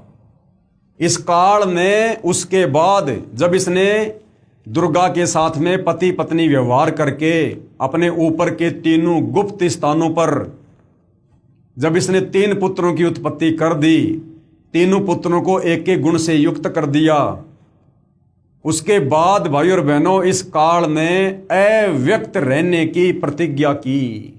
अव्यक्त यानी मैं किसी को कभी दर्शन नहीं दूंगा, अपने वास्तविक काल रूप में मैं किसी को दर्शन नहीं दूंगा। और दुर्गा को कह दिया, अब इन तीनों पुत्रों के माध्यम से तू सृष्टि का कार्यभार संभाल और मेरे लिए भोजन तैयार करवा। एक ब्रह्मांड की सृष्टि ये काल सिर्फ और सिर्फ अपने भोजन के लिए चला रहा है, केवल अपने भोजन के लिए, क्योंकि इसको परमात्मा कबीर जी ने सतलोक में श्राप दे दिया था कि तू रोजाना 1 लाख मानव शरीरधारी आत्माओं के सूक्ष्म शरीर से निकली गंध खाएगा। तो काल की मजबूरी हो गई और मजबूरी वश इसने दुर्गा से संयोग करके 3 पुत्रों की रचना की, ब्रह्मा विष्णु महेश की, और तीनों पुत्रों को एक एक गुण युक्त कर दिया। रजोगुण ब्रह्मा के माध्यम से जीवों की उत्पत्ति करवाता है, सतोगुण विष्णु के माध्यम से सबको मोह ममता में बांध के रखता है, और तमोगुण शंकर के तमोगुण प्रभाव से लोगों को संहार करवा के किसी भी कारण से, और फिर अपने ब्रह्मलोक में उनको तपस्या पर भून भून के खाता है। ये इसका सारा खेल है भाई और बहनों। और ये काल यहाँ कोई बिजनेस करने नहीं आया, कोई फैक्ट्री खोलने नहीं आया, कोई मौज मस्ती नहीं करने आया। शतलोक में जो गलती इसने तप करके की थी उसका कर्म दंड ये यहाँ भोग रहा है। और आप और हम तमाम आत्माओं ने इसके ऊपर आसक्ति दिखाकर अपने परमपिता परमात्मा कबीर साहिब के साथ जो धोखा किया था, हम भी उसका कर्म दंड यहाँ भोग रहे हैं। हम यहाँ पर जेल काट रहे हैं, जेल। तो अपने तीनों पुत्रों ब्रह्मा विष्णु महेश की उत्पत्ति दुर्गा के साथ में करके फिर इस काल ब्रह्म ने एक प्रतिज्ञा की कि अब मैं अपने वास्तविक काल रूप में किसी को दर्शन नहीं दूंगा। तो भाई और बहनों, उस काल ब्रह्म की जो प्रतिज्ञा है उसके विषय में हम नेक्स्ट वीडियो में जानकारी प्राप्त करेंगे। ये सृष्टि रचना है, इस सृष्टि रचना को हमने बहुत ही ध्यानपूर्वक सुनना है। ये कोई मनगढ़ंत कहानी नहीं है, बनावटी कथा नहीं है। अगर इस सृष्टि में कोई सत्य कथा है, अमर कथा है, सत्यनारायण कथा है, तो परमेश्वर रामपाल जी ने 5वें वेद सूक्ष्म वेद से निष्कर्ष निकालकर जो सृष्टि रचना पवित्र पुस्तक ज्ञान गंगा में डाली है, यही सत्य कथा है। और इस कथा को बार बार सुनने से, बार बार सुनने से, देखने से आप और हमें सर्व धर्म शास्त्रों से प्रमाण देख देख कर ये सत्य कथा हमें सत्य प्रतीत होने लगेगी। क्योंकि भाई और बहनों, ये काल का लोक है। यहाँ पर अगर झूठ को 100 बार बोल दिया जाए तो झूठ भी सत्य लगने लगती है, और सत्य तो सत्य होता ही है। सच को अगर बार बार सुना जाए तो सच अपनी ऐसी जगह बना लेगी जिसके ऊपर झूठ कभी अपना असर नहीं कर सकती। तो भाई और बहनों, मैं आपसे प्रार्थना करूंगा, इस पवित्र पुस्तक ज्ञान गंगा के माध्यम से जो आप सृष्टि रचना देख रहे हैं, समझ रहे हैं, साथ में आपके लिए बहुत जरूरी है कि आप YouTube पर जाकर सर्च करें सृष्टि रचना सतगुरु रामपाल जी। सतगुरु रामपाल जी के मुख कमल से इसी सृष्टि रचना को आप जी कम से कम 2-4 बार लगातार सुनिएगा। बार बार सुनने से, सारे प्रमाण देखने से आपको दृढ़ विश्वास हो जाएगा। उसके बाद आप आगे का अध्यात्म यानी जो ये आध्यात्मिक मार्ग है, भक्ति मार्ग है, आप इसको बखूबी समझ पाएंगे। तो आज के वीडियो में सृष्टि रचना के अंतर्गत हम केवल यहीं तक लेंगे। कल के वीडियो में गुरुदेव भगवान के आशीर्वाद से तीनों पुत्रों की उत्पत्ति करके फिर काल ने जो अपनी प्रतिज्ञा की थी अव्यक्त रहने की। अव्यक्त का मतलब होता है वो साकार है लेकिन किसी के सामने नहीं आता, उसको कहते हैं अव्यक्त। जैसे सूरज होता है, सूरज के आगे अगर बादल आ जाते हैं तो सूरज कुछ समय के लिए अव्यक्त हो जाता है, वो निराकार नहीं होता, वो अव्यक्त होता है क्योंकि उसके आगे बादल आ गए और जैसे बादल हट जाते हैं सूरज हमें दिखाई देता है। तो इसी प्रकार ये जो काल ब्रह्म है ये निराकार नहीं है, ये अव्यक्त रहता है। इसको डर है, यदि मेरे विषय में किसी को पता चल गया, यदि मेरे वास्तविक रूप को किसी ने देख लिया तो वो यहाँ पर जी नहीं सकता, यहाँ पर रह नहीं सकता वो। इसलिए काल की ये मजबूरी हो गई है अव्यक्त रहने की। तो क्या इसकी प्रतिज्ञा थी, क्यों इसने प्रतिज्ञा की, उसके बाद सारा काम ये किसके माध्यम से आगे संचालित करवा रहा है? ब्रह्मा विष्णु महेश को इसने केवल मोहरा बना रखा है, आप और हम सभी जीवों को अपने भोजन के लिए बलि का बकरा बना रखा है। तो आगे की सृष्टि रचना में हम विस्तार से जानकारी प्राप्त करेंगे। तब तक पूज्य गुरुदेव भगवान हम सबको आज्ञा दें, आशीर्वाद दें, सद्बुद्धि दें, हमारा मार्गदर्शन करें। बंदी छोड़ सतगुरु रामपाल जी परमेश्वर जी की जय हो।